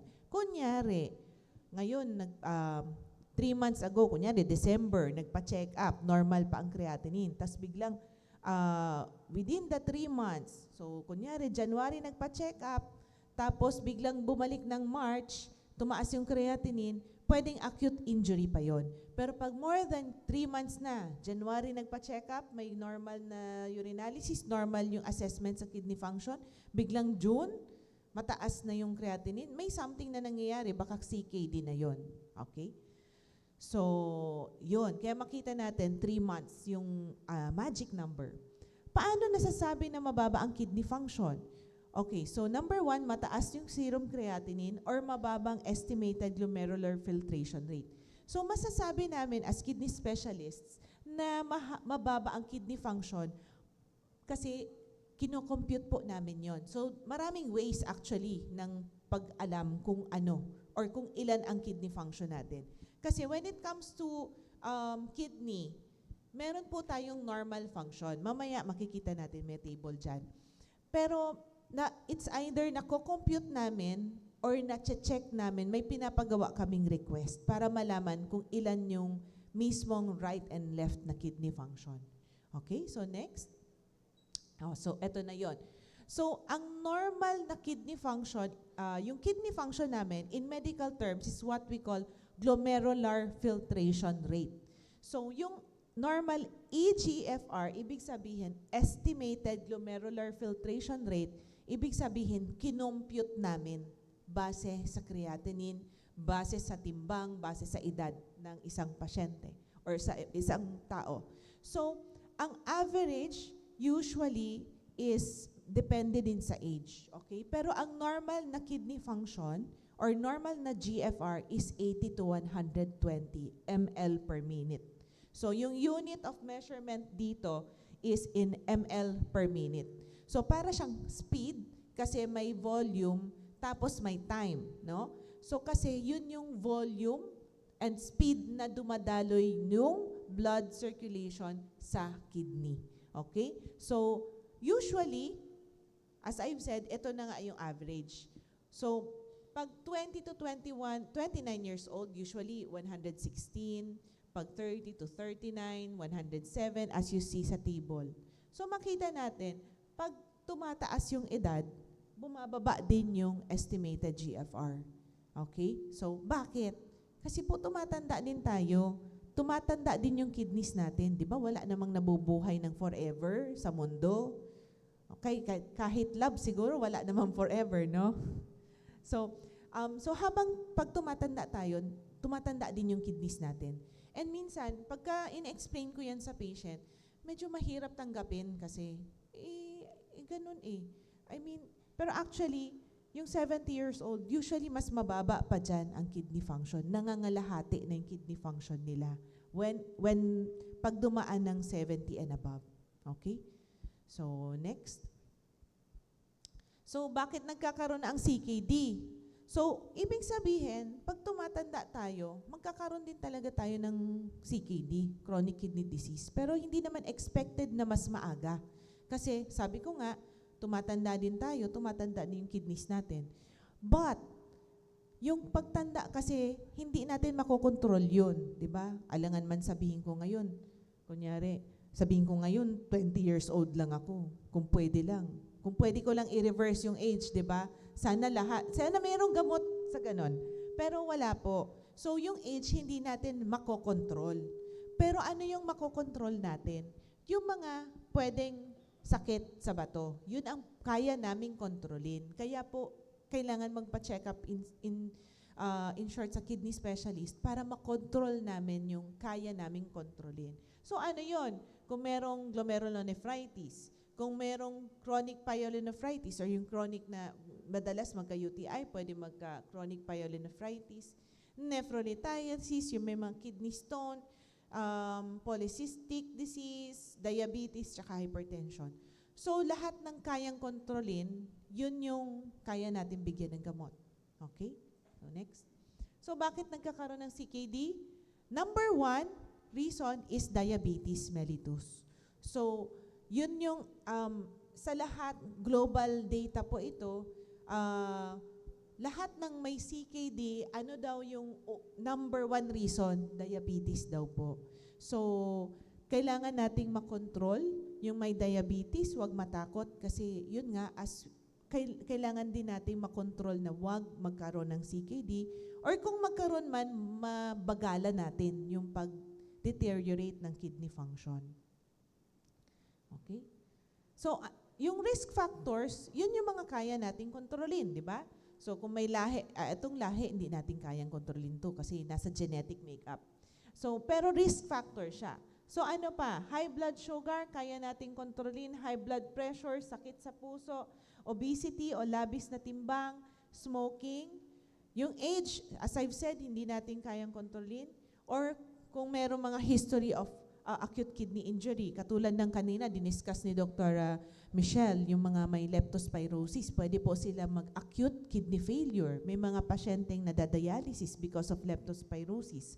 Pero hindi lang sa leptospirosis, no? Meron din mga ibang infection na pwedeng madialysis or acute na dialysis dahil nga doon sa naging infection nila. Okay? So, next po. So, sino ang nanganganib na magkaroon ng CKD? Isa pa, yung mga umiinom ng herbal medicine. Pero actually, bukod sa herbal medicine, meron din yung mga babae, lalong-lalo na nagpapapayat. Meron din po yung mga diet, kung ano-ano pong mga tinitake.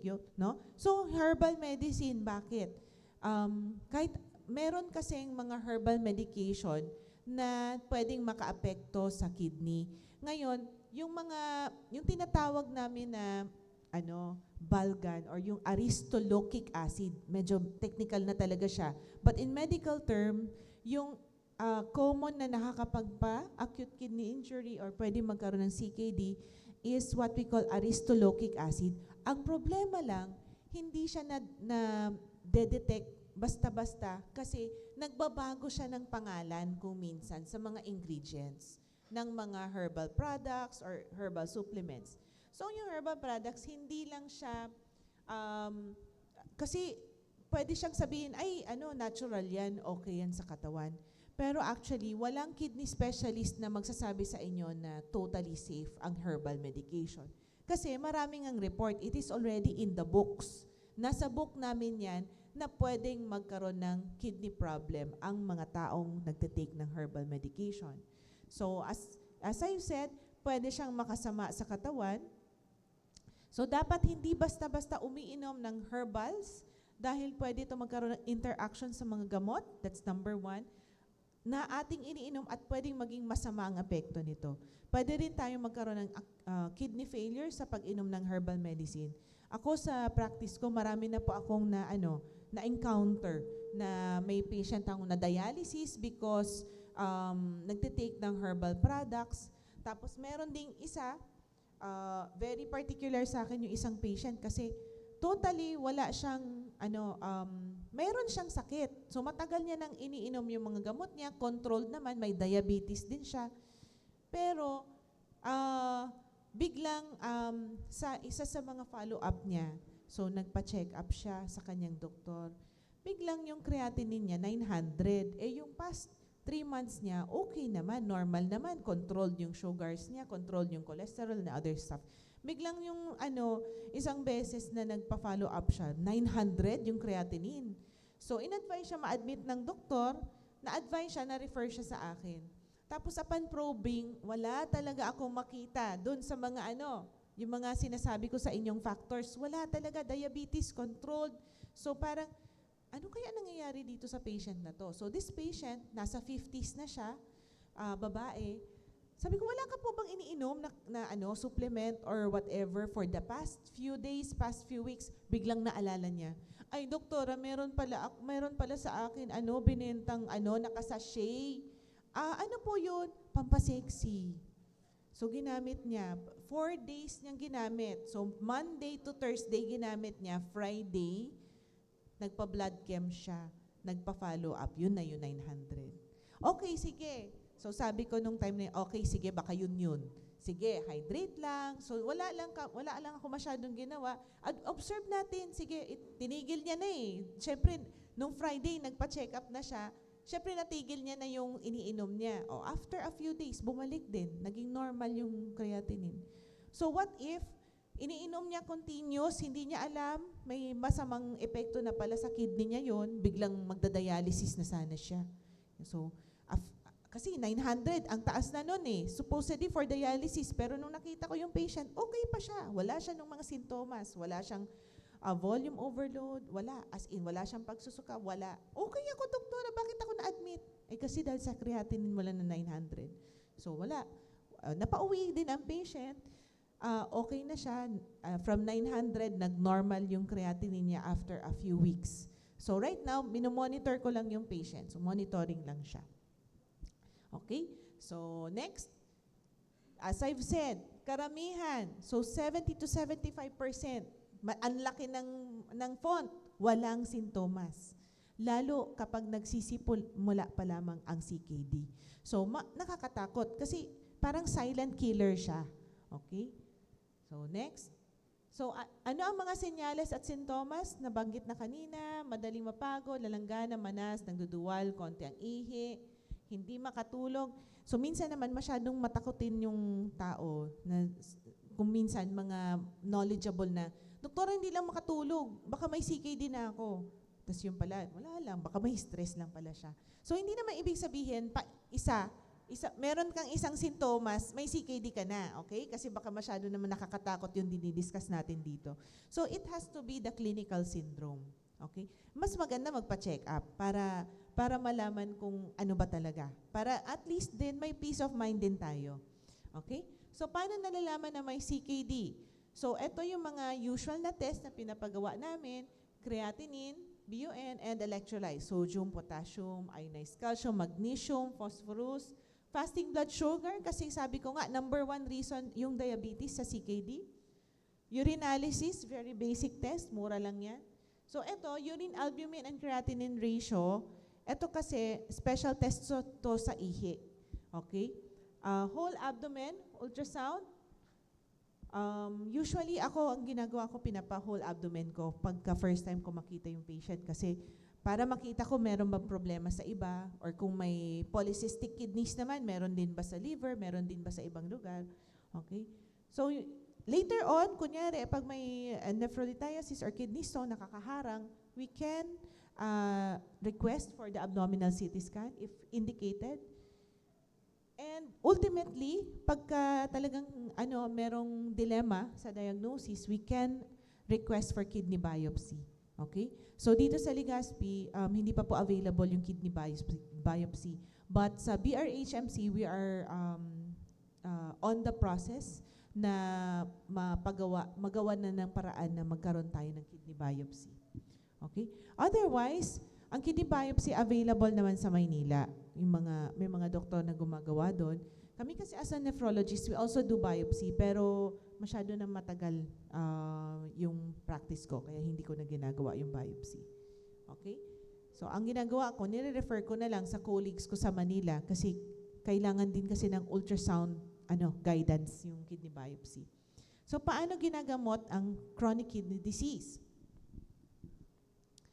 So, ang CKD ay hindi lubusang gumagaling, ngunit hindi lahat ng may CKD ay nauuwi sa dialysis. Maaring mapabagal ang paglala ng CKD. So, once na may CKD ka na, forever na yan. Kasi, as I've said, kung may forever pala. Ito yung ayaw natin forever, no? So, kasi as I've said, pag tumatanda din tayo, hindi naman nga tayo mabubuhay ng forever. So, it's either syempre, kung hindi dahil sa kidney problem, sa ibang problem tayo kukunin ni Lord, kumbaga. Okay? So, natawa yung mga nandito. O, diba? Ganun lang naman yon. Pero syempre, yun nga, kung may CKD, as long as possible, kumbaga, kaming mga nephrologists, our goal is to delay natin yung pagkasira ng kidney. Pag meron ng CKD, wala na tayong choice. Wala na rin kaming option. I-delay na lang namin as long as possible, okay? Para hindi umabot na mag-dialysis yung patient. Kasi ultimately, yung chronic kidney disease, magiging chronic kidney failure na siya or ESRD. Now, yung gamot doon is another kidney. Kidney transplant, ang kapalit ng pagka nag-fail na yung kidneys natin, kailangan natin magpa-kidney transplant. Buti nga, meron sa Pilipinas ng kidney transplant. Okay? Pero kung hindi pa naman, ang alternative ng kidney transplant, dahil number 1, yung kidney transplant, number 2, yung dialysis. Okay? So, paano maiwasan? So, meron tayong golden rules para sa malusog na kidney. Number 1, control ang blood pressure. So, ang target natin is a normal blood pressure. So, dapat ganyan ang target, less than 140/90. Although, pag may mga diabetes, dapat mas mababa dyan. 135, or kung kayang normal talaga, 120/80, yun talaga yung goal namin. Next. Control blood sugar. So, as much as possible, HbA1c, yung sa dugo, less than 7, or FBS na 80 to 130. Or depende sa sa uri ng patient. May mga patients na hindi namin kaya yan, Doc. Nagka-hypoglycemia na ako sa ganyan. So, meron mga ganon talaga na kailangan na mas mataas na sugar talaga, ng mga diabetic. Kasi, syempre, kailangan natin itimbang yung harm and the benefit. No? So, kung harmful sa kanila, yung ganitong normal na goal, hindi rin maganda yon. Kailangan tayo mag-adjust. Okay? Siyempre, eat a healthy diet. So, meron din tayong tinatawag sa based from DOH, no, yung pinggang Pinoy. Mainly, vegetables and fruits. So, mas konti yung lean meat. Mas better yung fish, whole grains, at as much as possible, low in carbohydrates, sodium, and fat. Exercise regularly. So, paano yung tamang exercise? At least 150 minutes of moderate intensity exercise per week or 75 minutes of vigorous intensity exercise per week. So usually, mga 3 times a week na jogging na at least 45 minutes. Number 5, drink adequate water. Ito kasi, sa totoo lang, lagi ko na-encounter sa clinic. Doc, ilan ba yung adequate na water? 8 glasses per day? Kasi depende naman, iba-iba kasi yung volume ng glass natin. Baka malay mo, iniinom niya jigger. Or naman, isang malaki, di ba? So, I usually advise by the liter. So, 1 to 1.5. Kung mas marami, mas maganda. Okay? Kasi sa atin, dito sa Pilipinas, mainit. So, tropical country po tayo. So, kung kaya natin uminom ng, actually ako, at least 2 liters kung kaya per day. Okay? Kasi meron naman tayo minsan, may mga additional na tubig tayong iniinom, meron tayong sabaw na kinakain. So, for me, yung 8 glasses, hindi talaga siya ganun ka-appropriate. Okay? So, next. Siyempre, stop smoking. Makakaiwas sa stroke, heart attack, iba pang complication, cancer, dami nang nakukos ng smoking di ba? Walang bisyo. So, wag abusuhin ang pain reliever and mga supplements. Ang sobrang pag-inom ay maaaring magdulot ng kidney damage. So, di ba sabi ko kanina, herbal products, parehas actually ang effect ng herbal supplements and pain relievers. But not all pain relievers Usually yung mga mefenamic acid, naproxen, mga diclofenac, yung talagang yung what we call NSAIDs and COXIBs. Yun yung mga I think most of you nasa healthcare, mga nurses dito, so alam niyo yung mga type ng gamot na yun. Kung minsan kasi pain reliever, di ba, minsan kailangan talaga natin. Sa mga babae, may dysmenorrhea, masakit ang ulo, masakit ang tiyan. Okay lang kung paisa-isa. Kasi yung sabi nila sa libro, ano bang significant na number? Actually, walang significant na number ng pain reliever na pwedeng magdulot ng chronic kidney disease. Pero kung paulit-ulit mo kasi siyang ginagamit, kunyari, isang pasyente merong arthritis, osteoarthritis, tumatanda na, merong problema sa likod, nagkaroon ng slip disc or whatever, na permanent na siya, or yung mga patients na may gout, di ba? Laging nagte-take ng pain reliever kasi magic drug. Pag tinake nila, nawawala yung joint pains nila, yun yung nagkakaroon ng problema. Pero kunyari, yung need mo sa pain reliever is short term lang.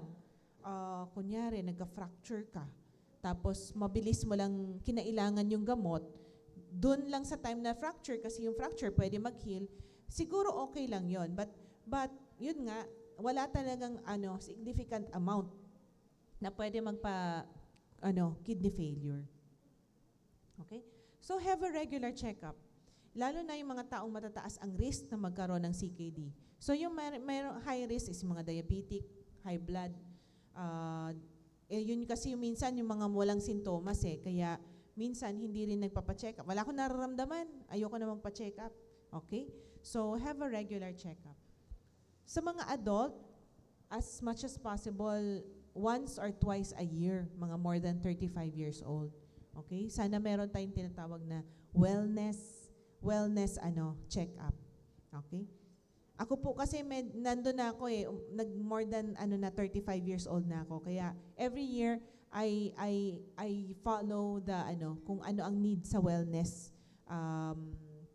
As much as possible I follow that. Siyempre kailangan nating mabuhay ng matagal, 'di ba? Para sa mga patients natin, para sa mga families natin. Okay? So, eto kaya natin sineselebrate National Kidney Month. Bato ay alagaan, buhay ay ipaglaban. Okay, I think this is the last slide na po. So, thank you. That's my last slide.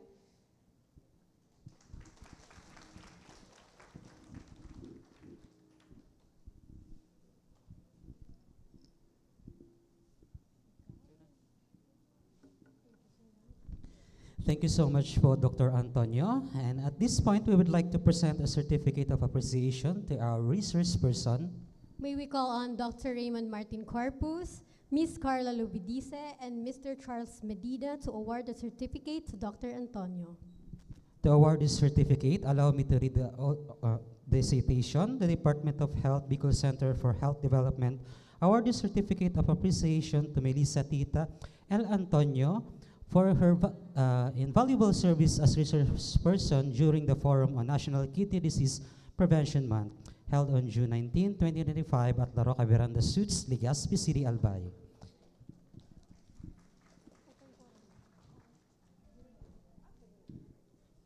We now open the floor for questions, clarifications, or reflections from the audience. You may raise your hand or approach the mic in the center.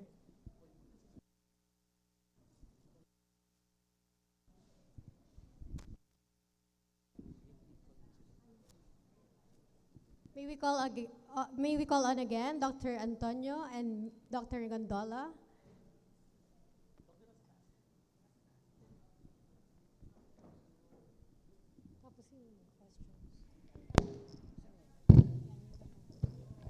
Okay, so do you have any questions? Just raise your hand Ito. and I'll be there. Sir Ayan. Charles, mayroon dito. Okay. In the community level. Good morning po. Ito tabi ang tanong ko, Doktora, bakit po kaming mga nasa barangay ay palagi kaming umiinom ng gamot ng mga dahon-dahon para daw sa ilang ng kidney? Ano ba, pwede yun gamitin ming inumin? Opo, marami din po akong na-encounter ng ganyan, na umiinom ng dahon-dahon. As much as possible, hindi po. Meron po kasing mga dahon-dahon na ang mga herbal products actually kung tinatanong nyo para sa kidney.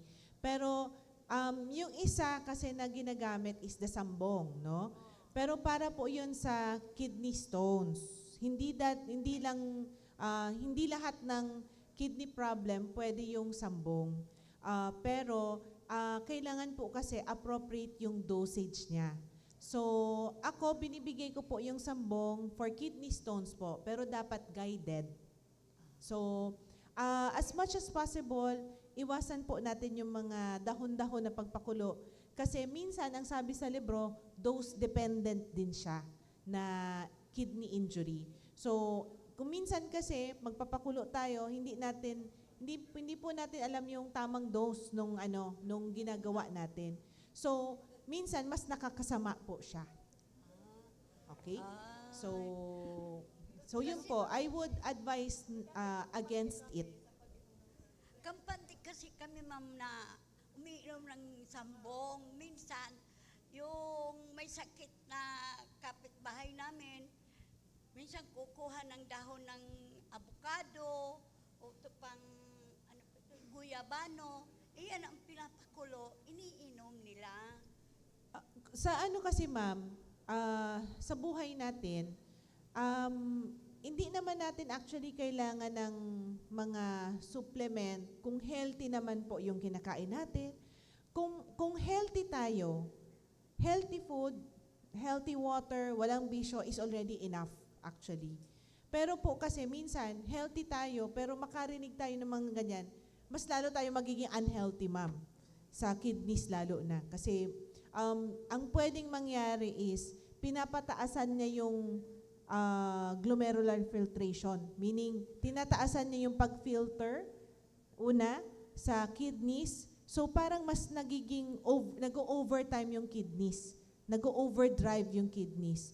Later on, anything naman, pag napagod, di ba, pag maraming trabaho, napagod, magsa-stop ng magtrabaho.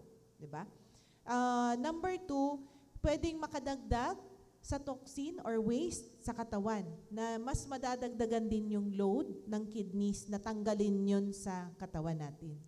So, practically speaking, dinadagdagan natin yung trabaho natin, ng kidneys natin na hindi naman kailangan, mas madali siyang mapagod, mas madali siyang mag-stop magtrabaho.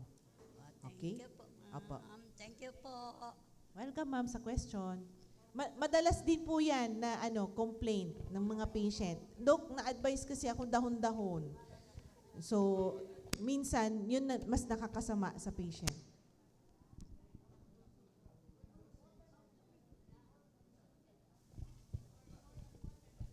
Opo. Water is life. Hello? Okay, so thank you po, Doc Antonio, for that very informative and clear answer po, no? I hope that answers your question, ma'am. Meron pa po ba tayong tanong dito?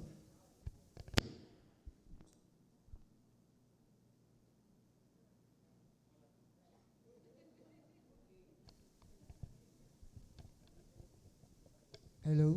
Okay, so any more questions po for our resource persons? Meron daw po. Okay, so Ma'am Carla. kay Ma'am Carla.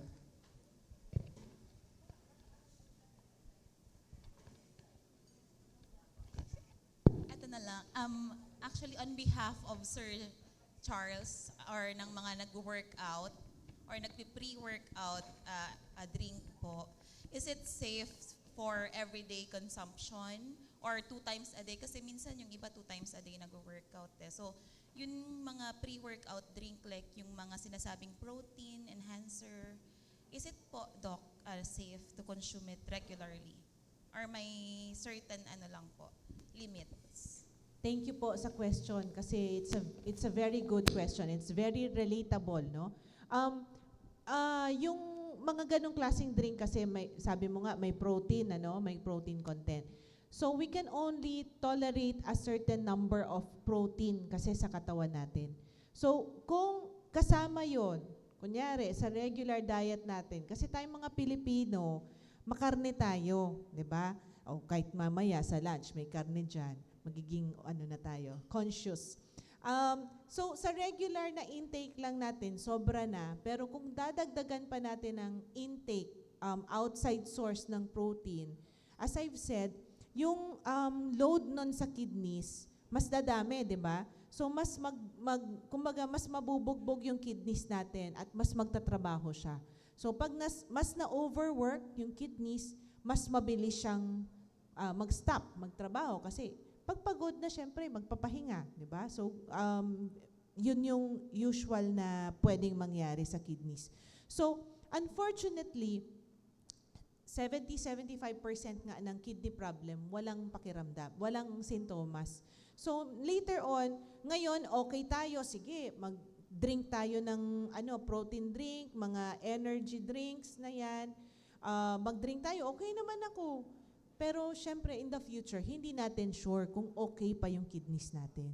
So, actually, hindi lang actually sa mga protein drink, yung mga good, syempre yung exercise, di ba? Pero meron ding mga nagmamarathon. Yung muscle breakdown naman, kasi pag nagmamarathon tayo, sobrang excessive na exercise. Sa una, okay lang, pero kung paulit-ulit, meron minsan mga 100 kilometers, di ba? Ang layo-layo. So, yung muscles natin, may breakdown din yan.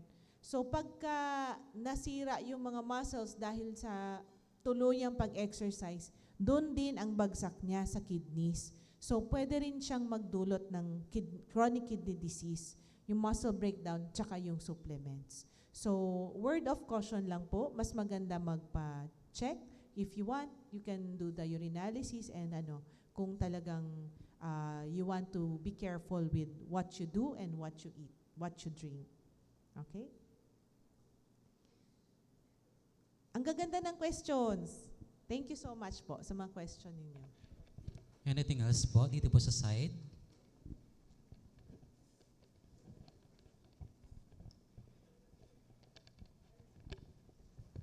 Hello. Yun. So, thank you po, Doc. That question is actually question ko din. So, thank you for that question, Ma'am Kalay. And Doc, thank you for that very clear and concise answer.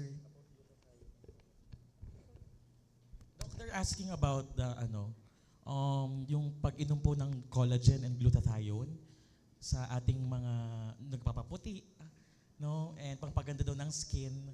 So, ano po yung advice po natin sa kanila? Yung glutathione kasi, in increased amount siya, no? To get the desired effect. But actually, glutathione is an antioxidant. So, ginagamit siya for liver problems. Pero for whitening purposes, kailangan siya in high doses para makuha natin yung effect. Pero sa kidneys po kasi, walang report pa sa glutathione kung merong side effect. But yung collagen kasi, it's also a type of protein. So, ganun pa rin siya, yung collagen. Kasi marami ngayon, di ba, Dr. Mitch, naming mga pampaglow na mga collagen products, iba-ibang klase. So, pwede rin siyang mag-overload ng kidneys. Marami din, mga pampasexy, ayun. Kailangan with guidance na lang. Okay, so as much as possible, hindi kami naninira, Pero yun kasi, we really cannot say that it's bad, and hindi kami basta-basta pwede mag-announce na, oops, bawal yan. Kasi syempre, kumbaga, kailangan natin ng evidence for it. Okay? Pero sa libro, nakita na nila yung evidence. And we cannot say this for everything, for all the supplements. Pero kahit tayo, di ba? Kahit tayo, kada individual, meron tayong reaction sa kada tinitake natin. So, kanyari, allergies. Hindi naman lahat ng tao may allergy. Hindi lahat ng tao nagre-react sa seafood, sa gamot. Di ba? May iba hiyang. May iba na hindi hiyang. So, ganun din sa mga supplements, sa herbal products. O may mga iba magsasabi, okay, ang tagal ko nang umiinom ng sambong, banaba, kung ano-ano. Marami pang iba. Marami pang iba akong na-encounter mga herbal na something gatong. Aligatong, yung marami na akong, matagal ko nang tinitake yan, Dok. Pero wala naman nangyayari kasi usually nga, the kidney problem is a silent problem. Okay? Okay, so thank you po, Doc Antonio. Any more questions po? Before we close the Q&A.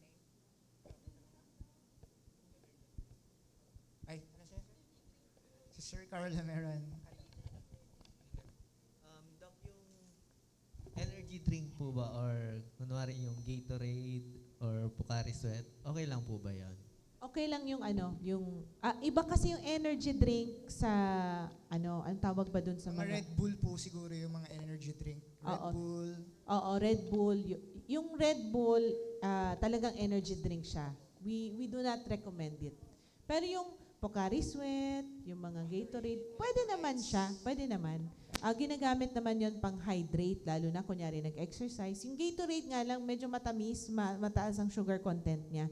Kaya di ba meron na siyang bago na low calorie ata na type. Though, may mga mas mura nun yung mga Oresol. No? Pwede naman natin gamitin yon. Buko, baka isa sa mga matanong ninyo, buko juice, pwede naman. We can drink buko juice. It's just that minsan everything in excess is also bad. So yun. Masyadong maraming tubig, bad din po Di ko sinasabing, sige, mag-unli tubig tayo. Thank you po, Doc. So, another question po. Opo. Hi, good morning po, Doc. Tanong ko lang po, yung sa being a nephrologist po, ano po yung status? Kasi pababa yung age ng nagkakaroon ng CKD, if I'm not mistaken. So ano po yung kadalasan, ano po ba yung nagiging, as you encounter po, ano yung mga reasons nila? Kasi noon panahon, although wala pa naman data, kaya lang sa ngayon, of course, meron ng data. So gusto lang po namin malaman kung bakit yung mga teenagers nowadays, is it mga on the go, mga fast foods or pagkain? Ano po yung nagiging cause mainly po? Well, the first is yun nga, yung data, no?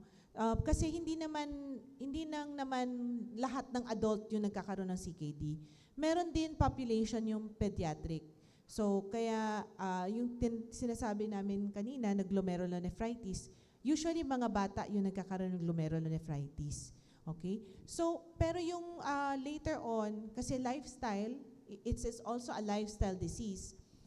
Mas tumataas yung data kasi mas nagiging aware na din yung mga tao. But at the same time, sa food habits din natin, mas dumadami yung coffee shop, mas dumadami yung milk tea shop, mas puro carbonated drinks yung iniinom, tapos mas puro processed food yung kinakain.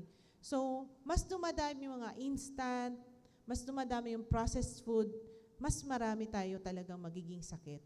So, as much as possible, syempre, we advocate yung healthy eating habits. Kaso we live in a fast-paced world. So mas kailangan natin ng oras. Kunyari, wala na tayong, yung mga nanay, kahit kami, dalawa ni Dr. Mitch, we are working moms. Kailangan natin ng oras para sa mga ibang bagay. Mas nababawasan yung oras sa pagtingin ng ating diet. Okay, so as much as possible, sana healthy food, pero maraming bagay ang hindi natin makokontrol.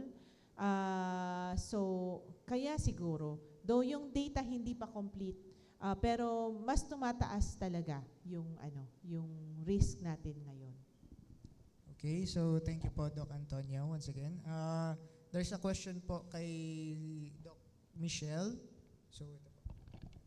Hello, good morning po.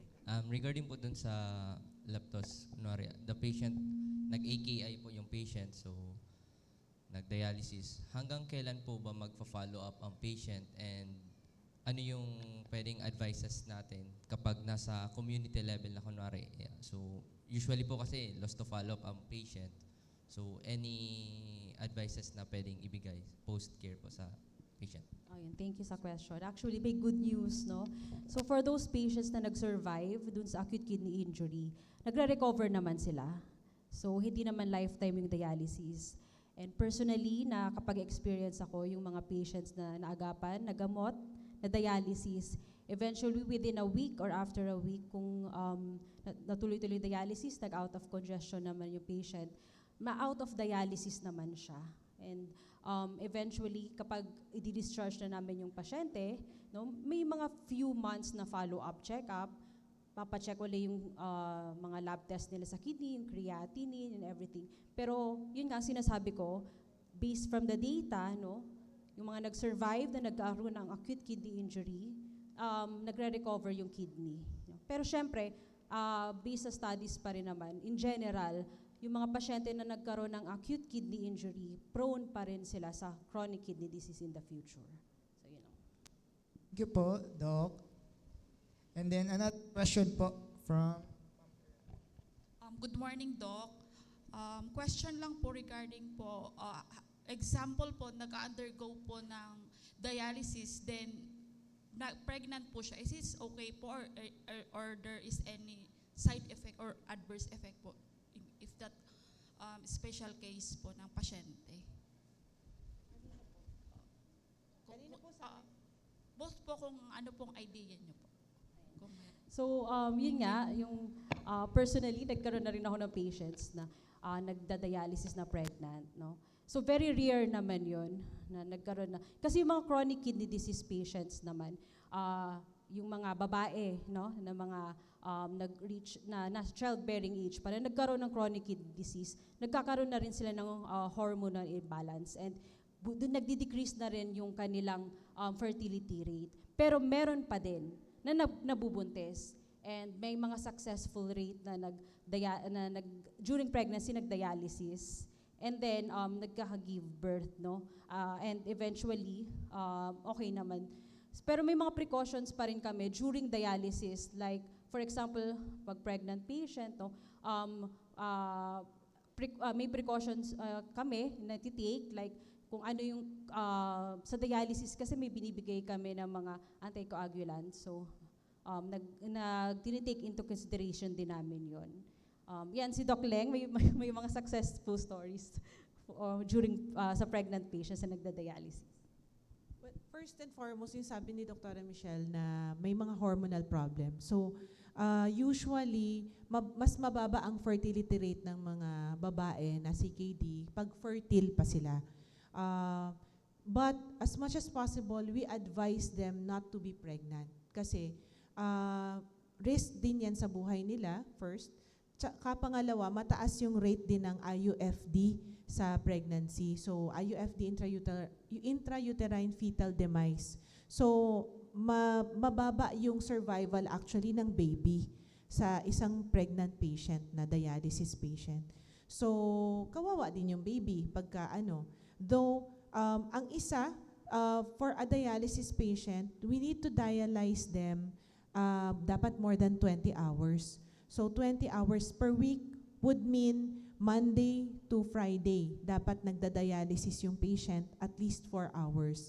Bakit? Kasi kailangan mas malinis yung dugo nila para mas maging healthy din yung baby. So meron din akong patient na naging pregnant and naging successful na nag-give birth. Pero earlier siya nag-give birth. So, di ba, dapat 38 weeks ang baby na nagiging parang full term. Pero yung patient ko na naging pregnant, na naging successful, 30 to 31 weeks lang siya, nanganak na siya. So, healthy naman yung baby, pero unfortunately, after a year, namatay na din si mother. So, yes, it's a bit sad. Pero yun nga, as much as possible, we advise not to. Now, kung gusto talagang maging pregnant yung isang dialysis patient, mas maganda ma-transplant na lang siya. Now, with transplant, kunyari na transplant, we wait at least mga 2 years before maging pregnant yung isang transplanted na female na gustong magkaanak. Kasi kailangan namin i-shift to yung drug na pwede sa buntis. Okay? So, yun po. Okay, so thank you, Dr. Antonio and Doc Michelle. So, another question po from... Hi, Doc. Good morning po. Ang question ko lang po, in a case of a stage 5 CKD patient, alin po yung advisable sa kanya? Is it peritoneal dialysis or hemodialysis po, and why? Thank you po. On a CKD5 patient na nearing dialysis na po, number 1 is transplant, ma'am. Opo, number 1 is transplant. We should always not forget that. Now, in choosing between hemodialysis HD versus peritoneal dialysis, it is discussed po na doon sa patient na yun, pagpipiliin. And it will be a collaboration, kumbaga. Okay? But here in the Philippines, mas madali kasi gawin yung hemodialysis. Tapos, mas medyo limiting yung peritoneal dialysis kasi yung isa, kailangan mo ng kasama to do it 3 to 6 times a day. And minsan, yung patient naiiwan mag-isa sa bahay kasi yung all around ng patient nag-work or maraming ginagawa or yun. So, minsan, mas nagiging convenient na sa hemodialysis kasi iwanan mo lang yung patient, 1 to 4 hours, tapos babalikan mo na lang yung patient. So, it is, mahirap talaga i-distinguish between the two. Depende po sa patient yon, tsaka sa mga nakapalibot din sa kanya. So, pero number 1 po is kidney transplant talaga. May mababa po kasi yung transplant rate natin dito sa Pilipinas kasi unang-una, ang initially na nako-consider is the budget. Yung amount na kailangan nating i-google para sa transplant. Kasi syempre mahal po yung transplant. It's a complicated surgery. May mga transplant centers tayo all around the Philippines. Tapos may mga government din. Nearest here sa Bicol region is BMC. Sa BRHMC po, nasa process din po tayo ng pag-aayos for kidney transplant. Pero baka matagalan pa, baka 2027 onwards pa. But we are trying hard na magkaroon din tayo ng transplant dito sa Albay province. So, yun nga, money matters yung transplant. Number 2, donor. Against po tayo sa pagbili ng kidney. May AO po tayo for that. Pero kasi minsan nahirapan tayong makakuha ng donor para sa atin. Mas conservative po kasi tayo dito sa Pilipinas. Tapos tumataas na rin yung comorbid conditions ng mga pwedeng mag-donate. Number 3, pwede rin po kasi yung cadaveric donor, meaning yung brain dead, idodonate nung brain dead, yung relative ng brain dead patient sa isang nangangailangan na CKD5 patient for dialysis or dialysis patient na. Kaso naman, yung culture natin as Filipinos, parang ayaw natin mabawasan yung katawan ng namatay nating kamag-anak. So, kaya medyo mababa din yung rate natin ng cadaveric kidney donation. Pero pwede po natin gawin yon, and we are also, ina-advertise po natin na pwedeng gawin yon. Okay? So, yun po ma'am. Sana po nasagot ko yung tanong. Okay, so thank you po, Doc. And another question? Good morning po, Doc. So, sa level po kasi namin sa RHU, there are some patient po na nagpapa-inject po sa amin ng ipowithin. So, sometimes mo po 2 beses for 1 week. So, inaano po ka namin yung interval. Minsan po kasi may mga medyo mga pasyente, medyo after 2 days, inject na naman po sila ng ipowithin. Okay lang po ba yun? And then another question po, Doc, yung how high the elevation ng BP na pwede po kaming magturok ng ipowithin po? Very good questions, Thank you so ma'am. much. So, as much as possible, we avoid giving erythropoietin pag more than or equal to 160 and above. So, less than that, sana yung BP. So, minsan baka ninenervyos lang yung patient, nai-injectionan siya. Now, so yun po yung sagot sa second question mo. Dun sa first question, depende po yun sa reseta nung nephrologist or ng doktor, yung sa erythropoietin. Sa dialysis patient po kasi usually we give it 3 times a week, so MWF, or depende po dun sa dialysis schedule niya. Pero kung non-dialysis patient pa, usually mas mababang dose naman. So it's either once a week, twice a week, or minsan nga may binibigyan ako once every month. So depende po doon sa bigay. Kung makulit, pwede po kasing baka ayaw niya lang ng sabay na injection, kung 2 injection siya every month, baka ayaw lang ng sabay. So pwede rin naman 2 days interval, as long as depende po doon sa sa indication and sa prescription. Okay? Kasi hindi lang po kami yung nag-prescribe. Nagpe-prescribe din po yung mga hematologists, mga kidney, mga blood specialist po sila. Okay, I hope that answers your question po, ma'am. Any more? Ayan, may question po ako, Doc. As I said po a while ago, I was also diagnosed with CKD stage 5. And yung tanong ko po, Doc, is ano po ba yung basis ng isang CKD patient? Kung paano po masasabi kung kailangan nyo na po mag-undergo ng dialysis? Sir, sabi niyo po, diagnosed kayo CKD stage 5? Yes po, Doc. Hanggang ngayon? Yes po, Doc. Nagpa-follow up naman po kayo, no? Po, every month po, nagpa-follow up po ako, Doc. Sige po. What we look for, so we diagnose CKD stage 5 pag less than 15 ml per minute na yung kidney function mo. So yung nephrologist mo, na-compute yun at yun yung computation niya. Now, we advise dialysis pagka may symptoms na po of uremia. Meaning, yung kidney function mo, hindi na kaya yung load nung lason sa dugo. So, magkakaroon ka na po ng symptoms nung uremia. So, yung sinasabi ko kanina, na walang gana kumain, nagsusuka-suka, madaling mapagod, may shortness of breath, may volume overload na hindi kaya ng gamot. So, practically speaking, pag hindi na makontrol ng gamot, kailangan na po natin mag-dialysis. But, i-consider mo din po yung transplant, sir, ha? Apo. Thank you po. So, if we may ask, ilan po ang creatinine mo, sir? Last month po, nag-825 po siya. And then, this month, Napapalunok kami. Okay. this month po, nag-690 po siya. Bumaba po ng konti.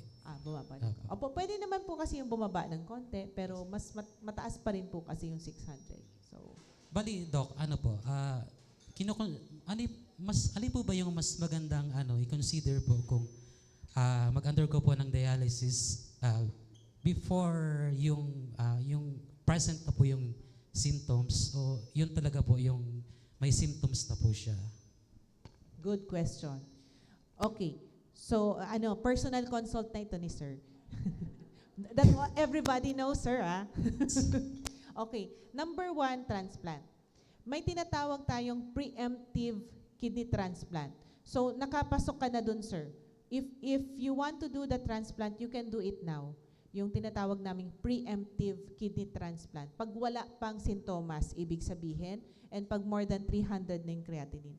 Now, kung ayaw mo or wala pang means, hindi pa kaya magpa-transplant, may ginawa po kasi silang study dyan. So, may study na kinompare yung patient na may CKD stage 5 versus without symptoms. Ang sabi nila, dun sa study na yon, walang benefit, walang benefit sa patient. So, meaning, yung walang symptom, wala ding additional na significance over dun sa nagkaroon ng symptoms. So what I do, I also say that to my patients. So ang ginagawa ko, pag may symptoms na lang. Kasi nagbabago yung yung lifestyle ng isang patient na nagda-dialysis eh. So I just do dialysis pag may symptoms na. Whether or not 1,000 pa yung creatinine mo or mas mababa or mas mataas pa doon. So, yun po. Si Dr. Mitch, baka meron din po siyang ibang Doc. So, yun din, pareho kami ni Doc Len. Kasi as nephrologists, we based yung answer namin dun sa mga questions kung ano yung mga data. So, yun nga, dun sa data, dun sa libro, no, and sa studies, walang benefit yung mga patients na nag-early dialysis versus dun sa mga late dialysis. So, up to the point naman na yung patients hindi na nagkakaroon ng complications. Like, for example, sobrang malnourished na yung patient. Kailangan mo na mag-dialysis yun. Yung patient nagkakaroon ng symptoms of uremia, kailangan mo na dialysis. So, ano naman yung mga disadvantage kapag nag-early dialysis? Siyempre, nandyan pa rin yung risk of infection. So, isa-subject mo yung patient dun sa infection risk, kung sa hemodialysis yung access, no, prone sila na mag-infect. Pagkakaroon ng unnecessary infection na risk na hindi naman, kung hindi pa naman kailangan. Kaya pwede naman tayo mag-wait na lang up to the time na magkaroon ng symptoms. Thank you so much po, Doc.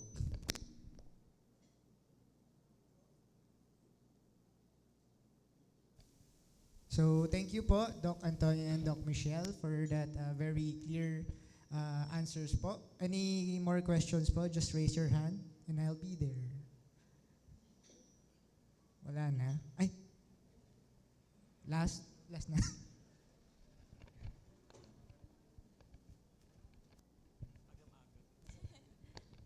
Hi po ulit, Tra. Kasi I have 3 siblings with diabetes. And as I observe, their skin color is not so, parang mapuputi kasi sila before, tapos umiitim na sila. So, is it due to the long-term use of metformin? Or how safe is metformin? How long is it safe to take metformin as cure for, or treatment for diabetes or maintenance? Dapat po bang shinif na sila sa ibang gamot, or ganun din po yung siguro yung kung insulin na lang po, mas okay po bang i-insulin na lang sila kaysa oral meds, since parang suspected ko, observation ko, parang siguro may na-affect na yung kidneys nila dahil sa long-term use ng mga oral medications for diabetes maintenance. So, yun lang po, Tra. Thank you. Sige. So, yung question with regards dun sa color, yung color ng metformin, as far as I know, wala naman na any side effect dun sa metformin use, or unless baka hindi ko lang alam, no? Pero yung tanong mo regarding dun hanggang kailan pwede i-take yung metformin. So, sa mga patients na may chronic kidney disease o may tama na yung bato, chine-check pa rin namin yung EGFR. So, if less than 45, we may opt to use other drugs na lang. Pero syempre, iti-take into consideration mo rin, kasi yung question mo kung mag-insulin and metformin, nakadepende pa rin yan sa status ng diabetes niya. So, kung yung patient, mataas ng HbA1c, yung control for the past 3 months, baka hindi na appropriate na metformin lang. So, kailangan na siya mag-step up. So, insulin or plus other drugs, no? And kung wala naman problem, yung patient or yung mga sister mo or brother mo, wala naman problem sa kidney, like hindi naman mababa yung EGFR nila, okay naman yung creatinine nila, hindi naman kailangan itigil ang metformin unless meron siyang problems like side effects. Kasi yung metformin, minsan may mga patients na may mga gastrointestinal side effects like nasusuka sila or nagda-diarrhea sila or kung ano man. Yun yung indication na kailangan i-change. But otherwise, metformin still is yung first line sa diabetes, and hindi kailangan i-change yun. Ano pa ba? So, yung metformin, pag may tama na yung kidney, dinodose adjustment namin, no? Or chine-change sa iba kapag, yun nga, bumababa ng EGFR ng pasyente. So yun, baka si Doc Mer. Nami-misinterpret kasi actually, ma'am, yung metformin. Parang nagagawan siya na, parang siya yung nagiging cause. Naiisip na siya yung cause ng kidney problem ng patient. It's actually the other way around. So as Dr. Michelle has said, metformin is still one of the best treatment for diabetes for control. However, hindi dahilan yung metformin na siya yung reason for the kidney problem. Inaalis namin yung metformin kasi meron siyang side effect na lactic acidosis. So kung yung patient medyo mababa na yung GFR, mas mataas na yung risk niya mag-acidosis for the CKD itself. Kaya po namin dinidiscourage na wag nang i-take yung metformin. I-shift na namin for that particular reason, yung pwedeng side effect ng acidosis. No, actually, yung side effect na yun, never ko pa siya masyado nakita. Kasi rare naman actually yung side effect. Mababa yung rate ng kakaroon ng acidosis sa isang patient ng metformin on a CKD patient. Pero nonetheless, we still shifted to another drug para mas safe for the patient na may CKD. Okay, so yun po. So mas maganda po siguro ma-check yung mga kapatid niyo po kung nakikita niyo nag-iiba yung kulay, baka hindi lang dahil sa kidney problem, kung meron or wala ba, or baka merong ibang problem po like sa circulation nila. So, since natanong mo na rin yung metformin, i-add ko lang. No? So, interesting kasi yun dun sa readings namin before sa libro. Yung metformin has anti-cancer properties pala. So, naisip ko na good pala yung metformin. No? Then, it's stated in the book na may mga studies na may antioxidant properties siya. Thank you po for the question. Hello. So, yun. Thank you po, Doc. Again, and then can you entertain more questions po? Opo, sure. Okay, so may questions pa po kasi. So, okay. So, ano muna, ma'am?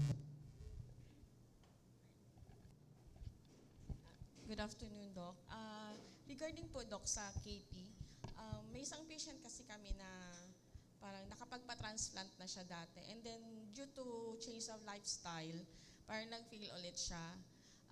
And then, ulit siya ngayon magpapa-transplant. Hanggang ilang beses po ba, Doc, pwedeng magpa-KP? Patient ko ba yan? Parang kilala ko yan. May donor na pa siya. Parang alam ko wala pa siyang donor. Okay, depende naman.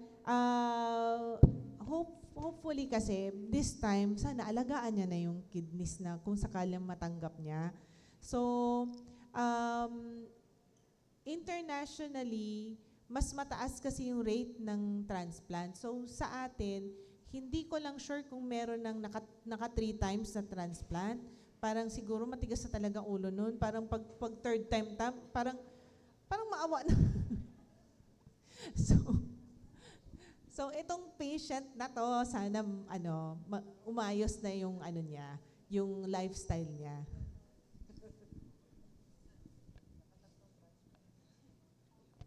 Kilala ko yan,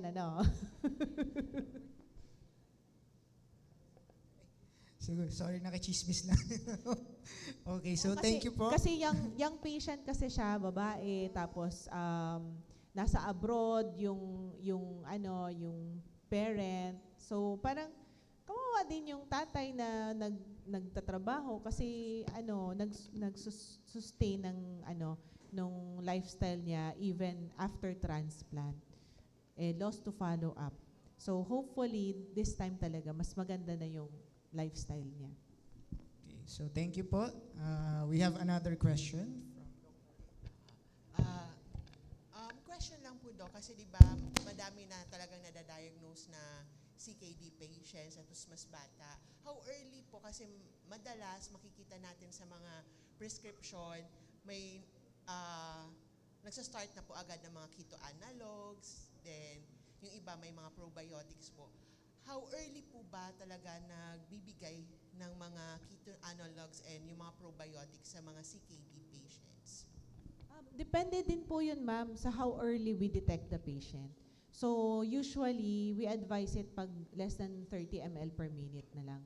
Usual kasi din na natatanggap namin, nandun na sila sa stage 3 and below. Stage 3 and above. So 3 to 5 na namin sila natatanggap. Though, kung may mga mas bata than kasi kami ni Dr. Mitch, we are adult nephrologists. So meaning, pagpatak ng 19th birthday onwards, patients na namin sila. Pag less than 19 years old, sa pediatric nephrologist pa po sila. So, sila yung mga makaka-detect ng mga bata. Pero sa amin, for those patients, depende din sa gusto ng patient, depende din sa kaya na bilhin ng patient kasi kung sa keto analogs, ideal dose is 12 tablets per day, depending on the kilo. So, mahal din siya. Pagka kinompute mo, along with all the other medications, kasi adjunct din siya eh. Kumbaga, delaying management din siya. So, hopefully, sa isang patient na educated, hindi lang nakasalaylay lahat sa gamot. Kailangan din yung lifestyle nila magbago. So, yun yung number 1 actually, yung lifestyle. Low protein diet, iwas sa mga processed food, etc. etc. Okay, so thank you po, Doc Antonia, for answering the questions po once again. Any more questions po? Just raise your hand and I'll be there. Wala na? Okay, so parang wala na po, no? Okay, once again po, thank you po for our resource speakers. Let's give them a round of applause. Sobrang malinamnam ng mga sagot po talaga. Ang dami naming natutunan, Doc. Kahit ako, ang dami ko natutunan. So, without picture na po. Or may sasabihin po. Opo, may gusto lang po kami i-reiterate sa mga RHU po kasi very big factor po kayo lalo na sa pagdating sa mga patients. Especially during bagyo season. So, kaya po importante na nag-talk din si Dr. Michelle regarding sa leptospirosis prophylaxis kasi una po kayong makakakita sa mga taong nabaha kasi as much as possible, we want to promote yung prophylaxis po talaga. So, thank you po for being here para mabigyan po namin kayo ng mas clearer picture. Kasi syempre, I think may fear din po sa atin na magbigay ng gamot. Ay, nakakatakot kasi doon na lang kayo sa ospital. Pero actually, malaking bagay po kayo sa pagpuksa at saka pag-decrease ng rate ng leptospirosis talaga na moderate to severe cases. Para hindi na po umabot sa ospital, malaking bagay po yung prophylaxis. Okay? So, thank you so much po sa pakikinig din. Thank you so much po again, Dr. Antonio and Dr. Regondola. That concludes our question and answer forum. Ayan, picture-picture na po tayo, guys. Habang nandito pa po yung At dalawa nating pagkatapos, research persons. magla-lunch break na po tayo. Dito na po kayo, guys. Pa-forward na lang po tayong lahat.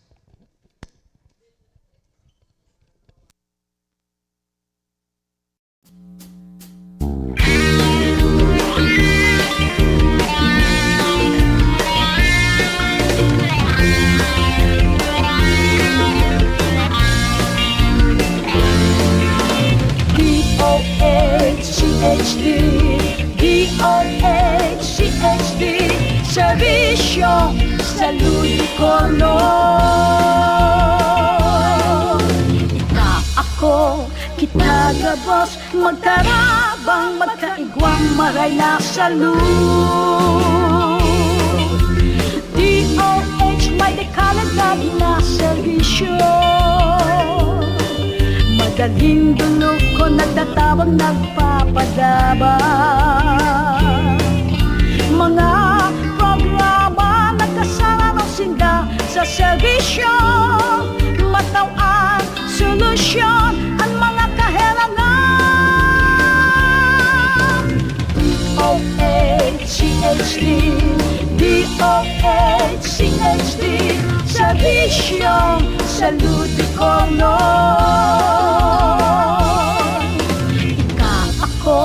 Kita gabos, magtarabang, magkaigwang, maray na salud. Buon sa inulan, ipangakisagod na kita magdakula. Immunization, vaccination, sa tuig inaon. Mag-ibong maagi, maiwasan ambisyon. Regular na check-up at kaibuhan. DOHCHD DOHCHD Servisyo Salud Kono. Ika ako, kita gabos, magkarabang, magkaigwang, maray na salud.